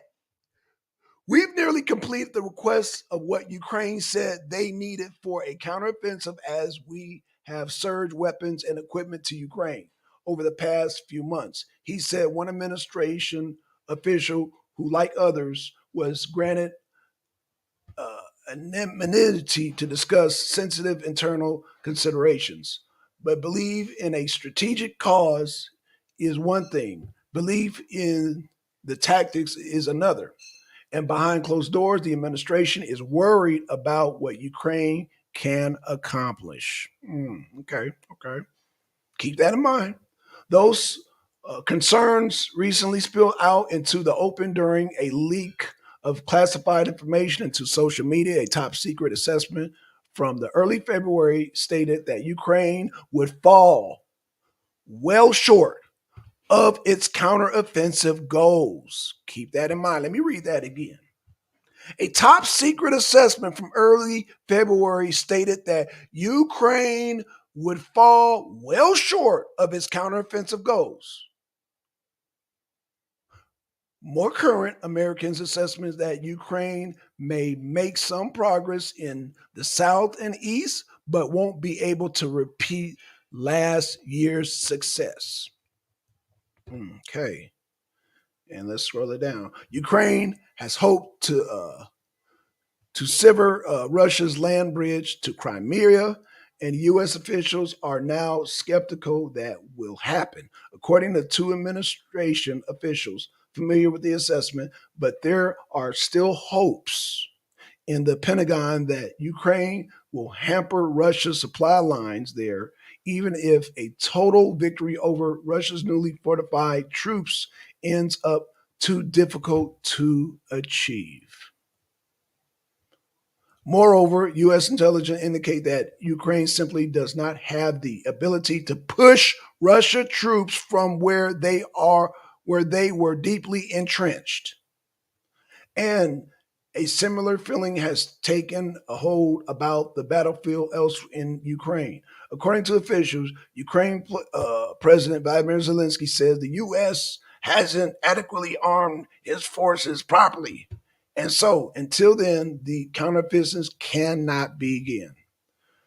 There is belief that Kiev is willing to consider adjusting its goals. Oh, okay. We're going to talk about that. According to American officials, and a more modest aim might be easier to be sold as a win. Okay. There has been discussion per aides of framing it into a Ukrainian as a ceasefire and not as a permanent peace talks, leaving the door open for Ukraine to regain more of its territory at a future date. Incentives would have to be given to Kiev, perhaps NATO like security guarantees, economic help from the European Union, more military aid to replenish and bolster Ukraine's force, and the like. And aides have expressed hope of re engaging China to push Putin to negotiate table as well. But that would still lead to the dilemma of what happens next and how harshly domestic critics respond. If the counteroffensive does not go well, the administration has only itself to blame, a Biden administration, for withholding certain types of arms and aid at the time when it was most needed, said Kurt Volker, the special envoy to Ukraine during the Trump administration. A counteroffensive that doesn't meet expectation will also cause allies in foreign capitals to question how much more they can spare if Kiev's victory looks farther and farther away. European public support may wane over time as Europe energy and economic costs stay high, says Clementine Starling, a director of fellow of the Atlantic Council think tank in Washington, D.C. A fracturing of transatlantic support will likely hurt U.S. domestic support, and Congress and the Biden administration may struggle to sustain it. Many European nations could also push Kiev to bring the fighting to an end. A poor counteroffensive will spark further question about what an outcome to the war will look like and the extent to which a solution can really be achieved by continuing to send military arms and aid to aid alone, Starling said. Biden and his top aides have publicly stressed that Zelensky should only begin peace talks when he is ready. But Washington has also communicated to Kiev some political realities at some point, especially with Republicans in control of the House of Representatives. The pace of U.S. aid will likely slow. Officials in Washington thought not pressing Kiev have begun preparing for what the conversation could look like and understand it may be tough political sell at a home for Zelensky. Yeah, because they're going to kill him. If Ukraine can't gain dramatically on the battlefield, the question inevitably arises as to whether it is time for a negotiated stop to the fighting, said Richard Haas, president of the Council of Foreign Relations. It's expensive. We're running low on munitions. We've got other contingencies around the world to prepare for. It's legitimate to ask all these questions without compromising Ukraine's goals. It's simply a question of means. I said earlier this month, Andrea Sabaya, a deputy of Zelensky's office, told the Financial Times that Ukraine would be willing to talk if its forces reach Crimea's doorstep. What the fuck? Let me read that again. You know what? No, I'm not going to read that again. If we will succeed in achieving our strategic goals on the battlefield, and when we will be on the administrative border with Crimea, we will be ready to open a diplomatic page to discuss this issue, he said. That comment was quickly rebuffed by Tamilia Tobis, Zelensky, uh, Zelensky's Crimea envoy. If Russia won't voluntarily leave the peninsula, Ukraine will continue to liberate its land by military means, she told Politico earlier this month. It doesn't help America's confidence that the war has slowed to a brutal slog. Both sides have traded punishment blows focused on small cities like Bakhmut, with neither force able to fully dislodge the other, which now we know who dislodged who. The Russian surge ordered up earlier this year meant the revitalization Moscow struggle war effort seized a little territory at the cost of significant casualties and did not do much change overall trajectory to the conflict. Let's scroll down here. The fighting has taken a toll on Ukrainians as well. 14 months into the conflict, Ukrainians have suffered staggering losses, around 100,000 casualties, with many of their top soldiers either sidelined or exhausted. The troops have also gone through historic amounts of ammunition and weaponry, with even the West Rodriguez's output unable to match Zelensky's urgent requests. U.S. officials have also briefed Ukraine on the dangers in overextending its ambition and express. Oh, let me say that again. Dangers of overextending ambitions and spreading its troops too thin. The same warning Biden gave the Afghan president of Afghan Ghani as the Taliban moved to sweep across country during the U.S. military withdrawal in 2021. So history repeats itself. But the chances of Ukraine backing down from its highest aspirations is to say at least unlikely. It's as if it is the only and last opportunity for Ukraine to show that it can win, which of course isn't true, said Alan Poloska, president and CEO of the Center of European Policy Analysts in Washington, D.C.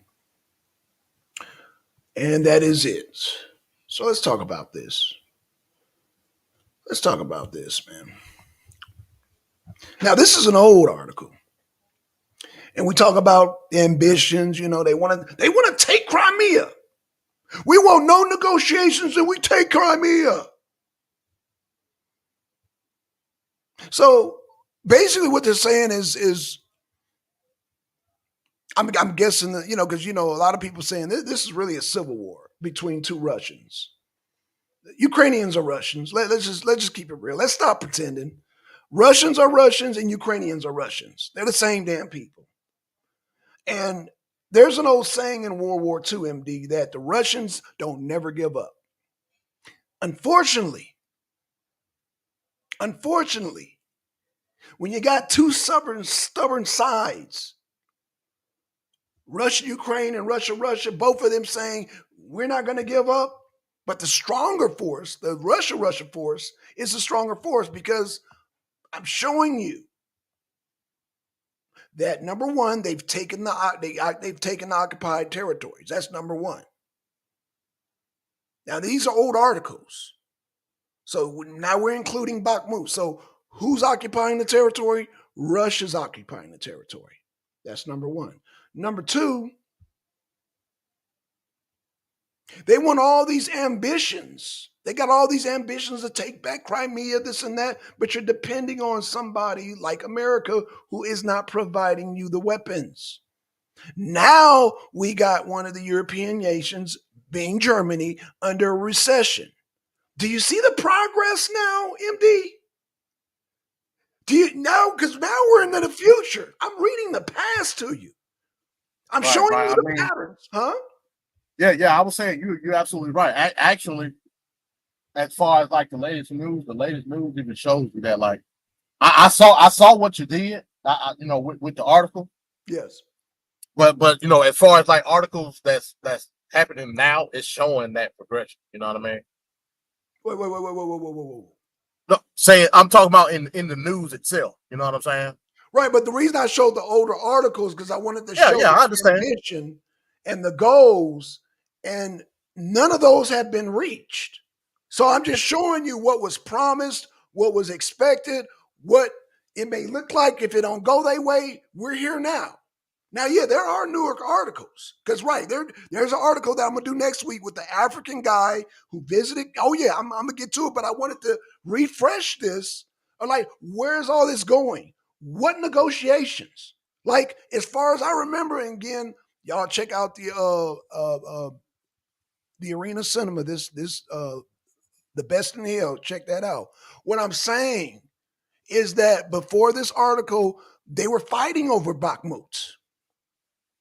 Bakhmut was a very, very important strategic position. Now we're in the future now. These are old articles.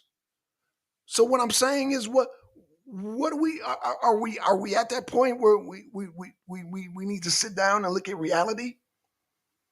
And Well, I we need mean, to tell the fake news to stop goddamn putting the battery in Ukraine. They're losing. And anybody news that's not saying it's fake news is what I'm goddamn saying, MD. So in your article, you mentioned they mentioned the Financial Times. Let me pull up something real quick. Okay, cool. Real quick. Just to give context. Okay. As to how we looking at it right now. Let me know when you can see my screen. Yes. All right. So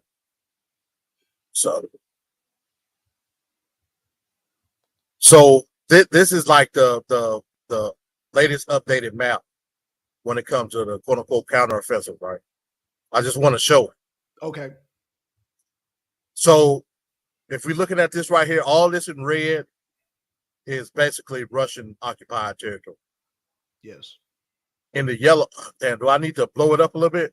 No, I can see it. I can see it fine. Yeah, I can see the yellow. But I mean, if you want to blow it up, that's fine. But I can see it. So in the yellow, is All right, where the counteroffensive is supposed to be taking place. okay. Let me make sure. Yeah, these are where the counteroffensive. So if you look, that's Zaporozhye right here. Yes. And it's different sections. That's Kherson Kherson. down here. Right. Yep. That little blue thingamajigger, that's supposed to be a Ukrainian attack too. Now that's down near Crimea. Right. Right, and that's like no said, surprise because we didn't see them attack of Moscow. We get it. We get it. Can send drones long miles. We get it. We right. get it. MD. Now these little red rings, these are supposed to be the Russian fortifications Absolutely. in different places. Absolutely. And this outline red is like supposed to be the heavy fortifications fight the buffer counteroffensive. Yeah. The buffer. Yep. So let me it's another map here. Okay, this is the bigger. This with it zoomed out. Gotcha. All of this is basically Russian occupied territory, according to this map. Right. So you got Luhansk right there. You got Donetsk region. Now, notice they got Donetsk split. They got Donetsk split. This is supposed to be the occupied territory, Donetsk. Right. Okay. And this is supposed to, I guess, still be under Ukrainian control. You see Bakhmut right here. Yeah, Bakhmut, right. That's Bakhmut. Yeah. The counteroffensive now, again, the counteroffensive is down right here, almost down to Zaporozhye region. Okay. Then you got, like I said, the dark red is supposed to be the fortification. That's right. The buffer. That's right. You got another buffer down here, in western Kherson. Okay. Kherson region.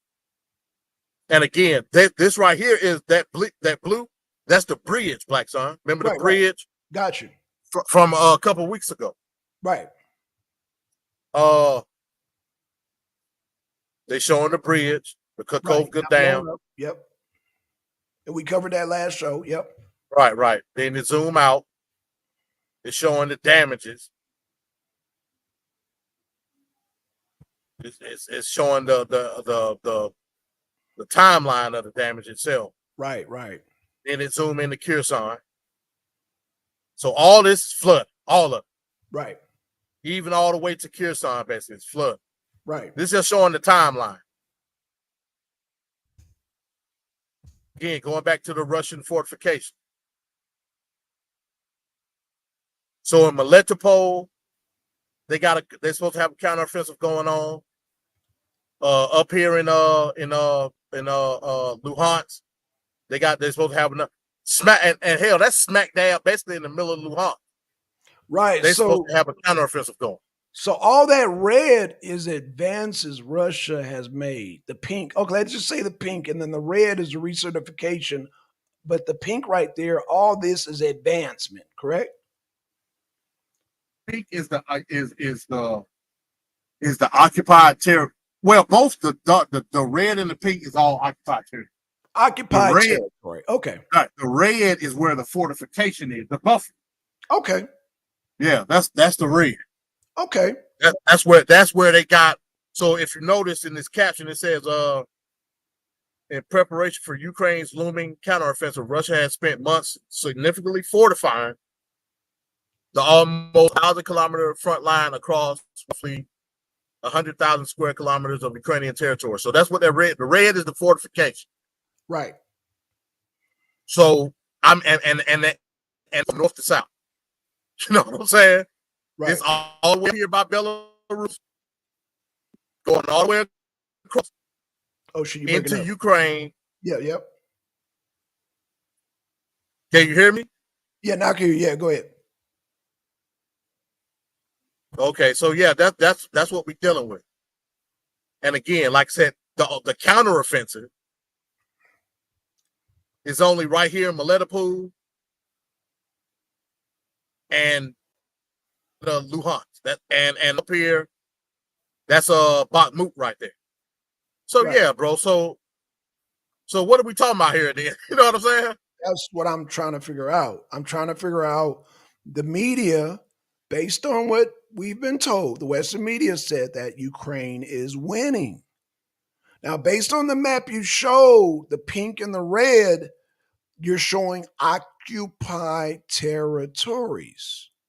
So the question is, based on the articles that I read, and now we're into the future, where has these advances been made? I don't know. Check this out. It says Russia. You see this line right here that it draw? Yeah. It says Russia's most heavily fortified front line area Yes. is in southern Zaporozhye province, where Ukraine is expected to try to break through and sever the land bridge connecting Russian territory with occupied Crimea. So this line is the front line, because they don't want it to go farther south to Crimea. Right, exactly. So that's double fortification. So so what you're saying is that there's layers of fortification. They got to get past the first barrier, they got to get past the second barrier, then they got to get past the third barrier. Right. So that line that you're showing is pretty much the third barrier. Pretty much, yeah. Again, where are they winning again? Where do they have the gall and the nerve to say, no, we're not going to negotiate? Like, you're not winning. In fact, here you go. This goes to what you just said. There, Russian forces have created a multi-layered defense composed of anti-tank ditches, zigzag trenches, concrete dragon's teeth barricades, steel hedgehog obstacles, razor wire, and minefields. So that go to exactly what you just said. So multi-layered, meaning there's more than one line of defense. Right. So that means in order to win, even consider a win, let's just say even consider win, you have to break the first line of defense. Right. Can you show me a first line of defense being broken, MD? I don't see it. So that means all these media's been lying. Pretty much. Okay. And that was the reason why I, chose those articles in the past and wanted to show a progression because let's go back to Biden. What the fuck is Biden doing? Whatever Spending money. Spending money. Oh, he's spending money. Money on what? On nothing. What is the goal? On toys at the end of the day. Huh? He's spending money on toys at the end of the day. He's spending money on toys to do what? That's what you do with toys, right? I mean, I'm assuming toys have a function at the end of the day. I mean, okay, yeah, play with they toys. Don't. Huh? They don't because they're getting blown up and and commandeered by Russians and shit. They don't have a purpose. That's what I'm telling you. They toys at the end of the day. So are you saying we got an incompetent president when it comes to foreign policy? I mean, I would assume we should all be saying that. We should all be saying that because these are old articles I read. These are old articles. This is pre-Bakhmut. Yo, yeah, Ukraine is winning. But you just showed me multiple fortified layers way past the damn pink.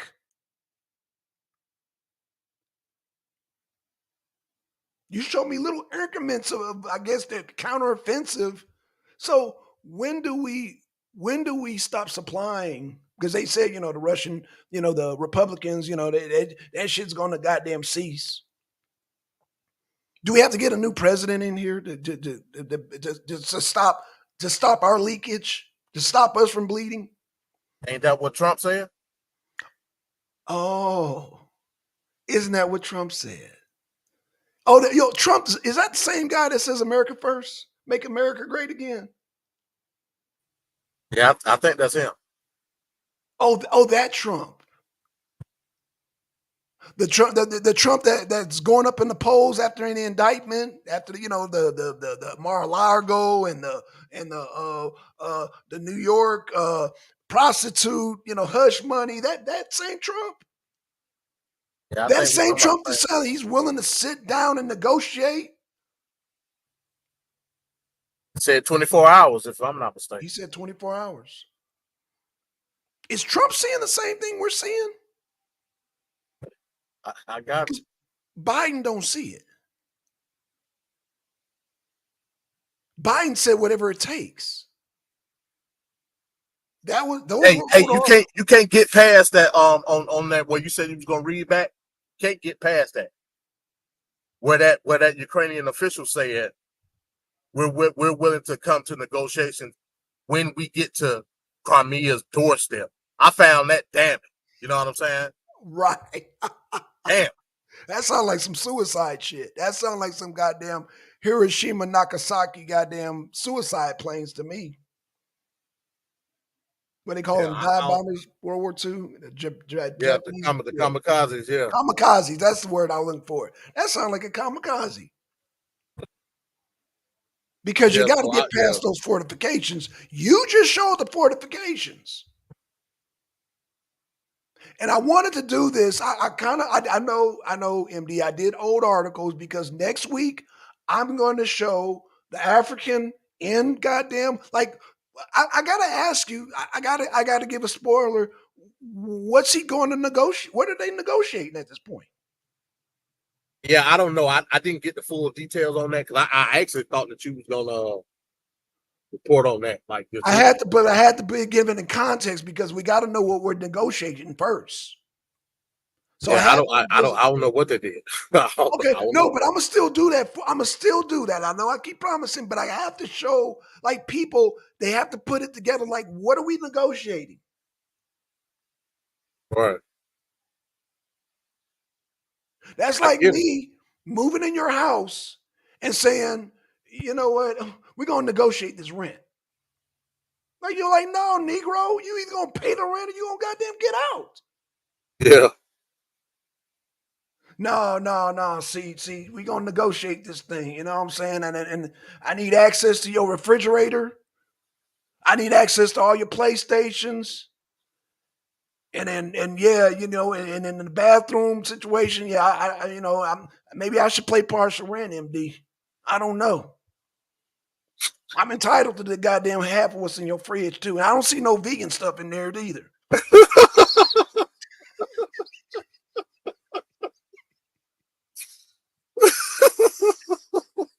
You're laughing, right? Damn. Whatever it takes.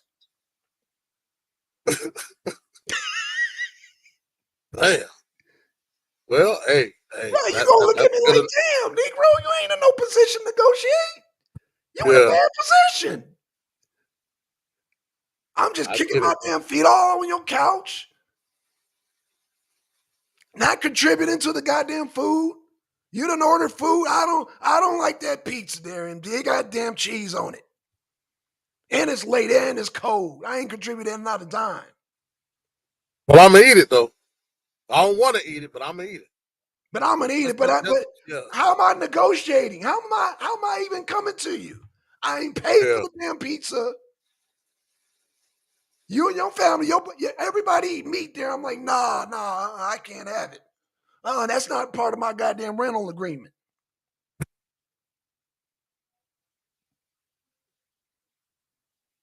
Where do I have room to negotiate? You go. You're looking at me like Negro rental agreement.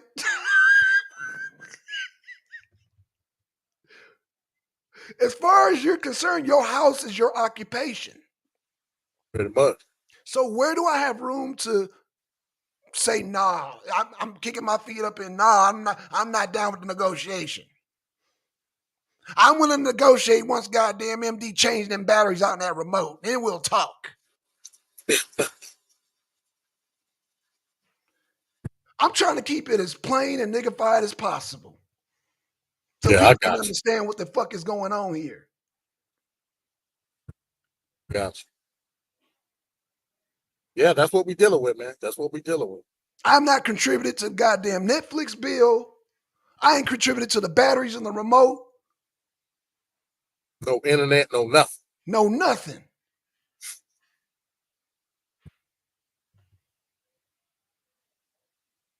I'm asking to get kicked out. Pretty much. So what are we talking about here? Yeah, man. Again, Sometimes you got to get niggified with these goddamn. You got to niggerize the shit. The goddamn put a perspective on it.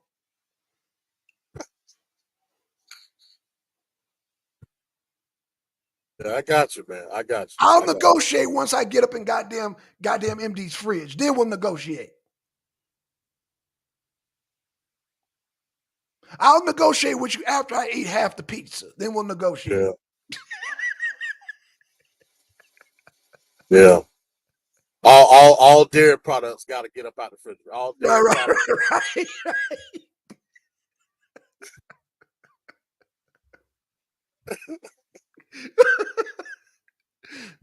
That's all I wanted to do. But I promise you, MD, I will bring the African. I'm just saying, what are we negotiating? Because I was like, what? I had to do that, MD. I had to dedicate a show on like, what position are you in to negotiate? But we're gonna get to the negotiation. We're gonna get to them. I promise you, MD. We're gonna get to them next week. I promise you, the arena abroad. We're gonna get to the African going to goddamn. He's going to goddamn Crimea to negotiate. See what you want. He's going to Crimea? Yeah, he went. I mean, I'm sorry, no. Kiev. He's going to Kiev. Thought he already went. Well, he already went, but I'm gonna bring the article. I'm a little late, but I got it because I had to understand what the hell are we negotiating. Right. Yeah, I mean, yeah. It's a complex situation. It's complex, and it's unfortunate because people are dying people dying for no reason. But at the same time, we're forced to look at it through the lens of one side. You know what I'm saying? And I'm just showed that side is very inefficient. Right. Matter of fact, let me bring up one more. Thing before we get up out of here. Okay. Good show, by the way, man, MD. Yeah, no doubt. And this just to show that lens, what I'm talking about. Bring this up. This just to show the lens. What you was talking about, Blackson.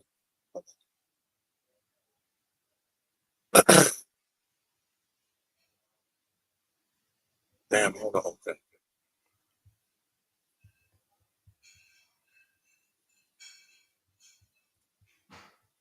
Oh. Yeah, I ain't even got a Oh, I like so that. This was CNN. This was 13 hours ago. Yes. Early stages of the Ukrainian counteroffensive not meeting expectations. Western officials tell CNN. And this, and you know, I ain't gonna read all this, but this just goes to show how they try to spin stuff and try to give you the good side, but at the same time telling you, hey, like, yeah, it's pretty bad. You know what I'm saying? Right. In its early phases, Ukraine's counteroffensive is having less success, and Russian forces are showing more competence than Western assessments expected. Indeed. To Western officials. You just showed us the map, brother. You just showed us the map. It's fortified. Yeah. So, but you keep reading. You can keep reading. No, I ain't gonna read all this. I just wanted to give the bullet. I just wanted to give the bullet point. Okay, but yeah, CNN, they trying to do all that, but you just showed us the map. Yeah. So next week, I'm gonna ask this question again. So now everybody can ponder. Y'all hit the like, share, subscribe. If y'all watching this video, y'all can do y'all homework to see what the fuck do they have to negotiate? Because that's the theme next week. I just wanted to paint this picture with old articles from the past. I just wanted to show how long they've been kicking this can down the road, MD. Right. They've been kicking this can down the road. So, yeah, we're going to come to negotiation table. And I want vegan products all up in that goddamn fridge. I'm not going to pay no goddamn rent. Damn, got to get rid of the 2%. Got to put almond in there. Huh? Oh, yeah, got to put almond milk. Vegan cheese in there and everything. I ain't paid one dime on rent, man. Making all these demands and shit. You got to get Impossible meat up in there, man. Get all the meat up out of there. Put the kale bone in there.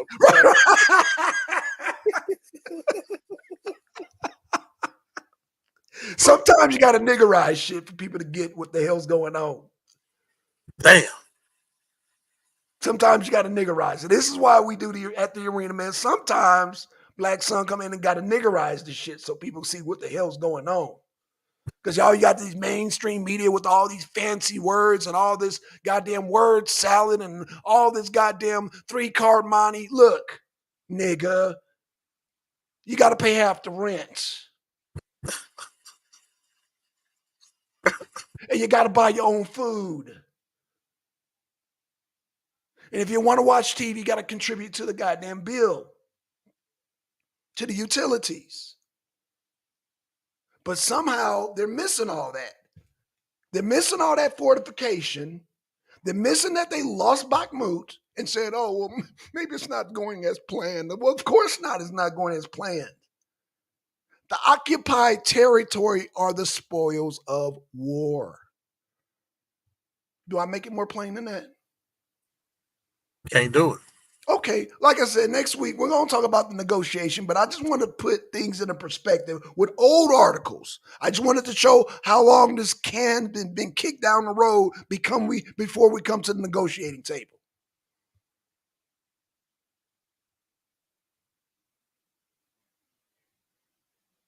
That being said, man, hey, yeah, arena this week, arena abroad next week, Tuesday and Thursday. Watch for the sweep. We'll be back on the Arena Central channel next week. But we're gonna simulcast it, man. I think it'll do good if you simulcast. No, this is actually a blessing, man. I mean, we should have been simulcasting, man. And sometimes things happen, and I had an opinion. I said, man, we should be damn simulcasting anyway. And I've gotten lazy with the Rumble. I let them like automatically pick it. No, we need to be doing shows there live. We got the Facebook back, man. Like I said, we need to be doing your chat. I mean, yeah, we do. This need to be it. And what I'm thinking about, because I don't want to jeopardize your channel. I want to designate a movie channel. I want to develop a whole new movie channel and do that separate. Oh, okay. Yeah. That's something we can. That's something. That's definitely something we can create. I ain't got no problem. Yeah. Because I don't want to jeopardize your channel. I want yours to be, you know what I'm saying, a legitimate fallback. I don't want you to, no, when it comes to these movies, because like I said, I didn't know that was Warner Brothers. I did not know, MD. I didn't either. I didn't see nothing. Yeah. I mean, I guess we could have did better research. Right. Well, that's why we're gonna have a channel designated for movies. Yeah, that's cool. But for all intents and purposes, Saturday, we gonna do Best in Hell over here. Yes, sir. Like I said, we're gonna do Best in Hell over here. It shouldn't be an issue. But we're gonna rock out with How about we do this? We let you do the independent films we're not sure about. We'll do we'll create a movie channel that we're not sure about. Best in Hell is independent. Yeah, no doubt. That's independent. So I know we good on that, man. But like I said, when I should have, again, MD, I should have looked at the damn production and known that was a mainstream film. I didn't, you know what I'm saying? I was like, damn, when I look at it now, yeah, that's some Warner Brothers shit. Yeah, like I said, I didn't know that at all. I was just going off what you told me that that you got a community guideline. That's what I thought. Right. That happened. I didn't know anything about it being Warner Brothers. I ain't know nothing about that. You know what I'm saying? Yeah, that was Warner Brothers. Yeah, I guess they into forming foreign films, but you know they could buy up. You know they got money to buy up films like that. You know what I'm saying? Oh, well, that's cool. Yeah, that's cool. Yeah, but Best in Hell, man. Hey, we're gonna watch that this Saturday in the Arena Cinema. Yeah, man. So we can, again, man, the winners they take the spoils of war. I don't know how more to play that. Man, with that being said, man, we out, man. Good show, MD. Man. Yeah, no doubt. Yes, man. All right, so we're gonna close it out, man. With that being said, we out, y'all. Peace.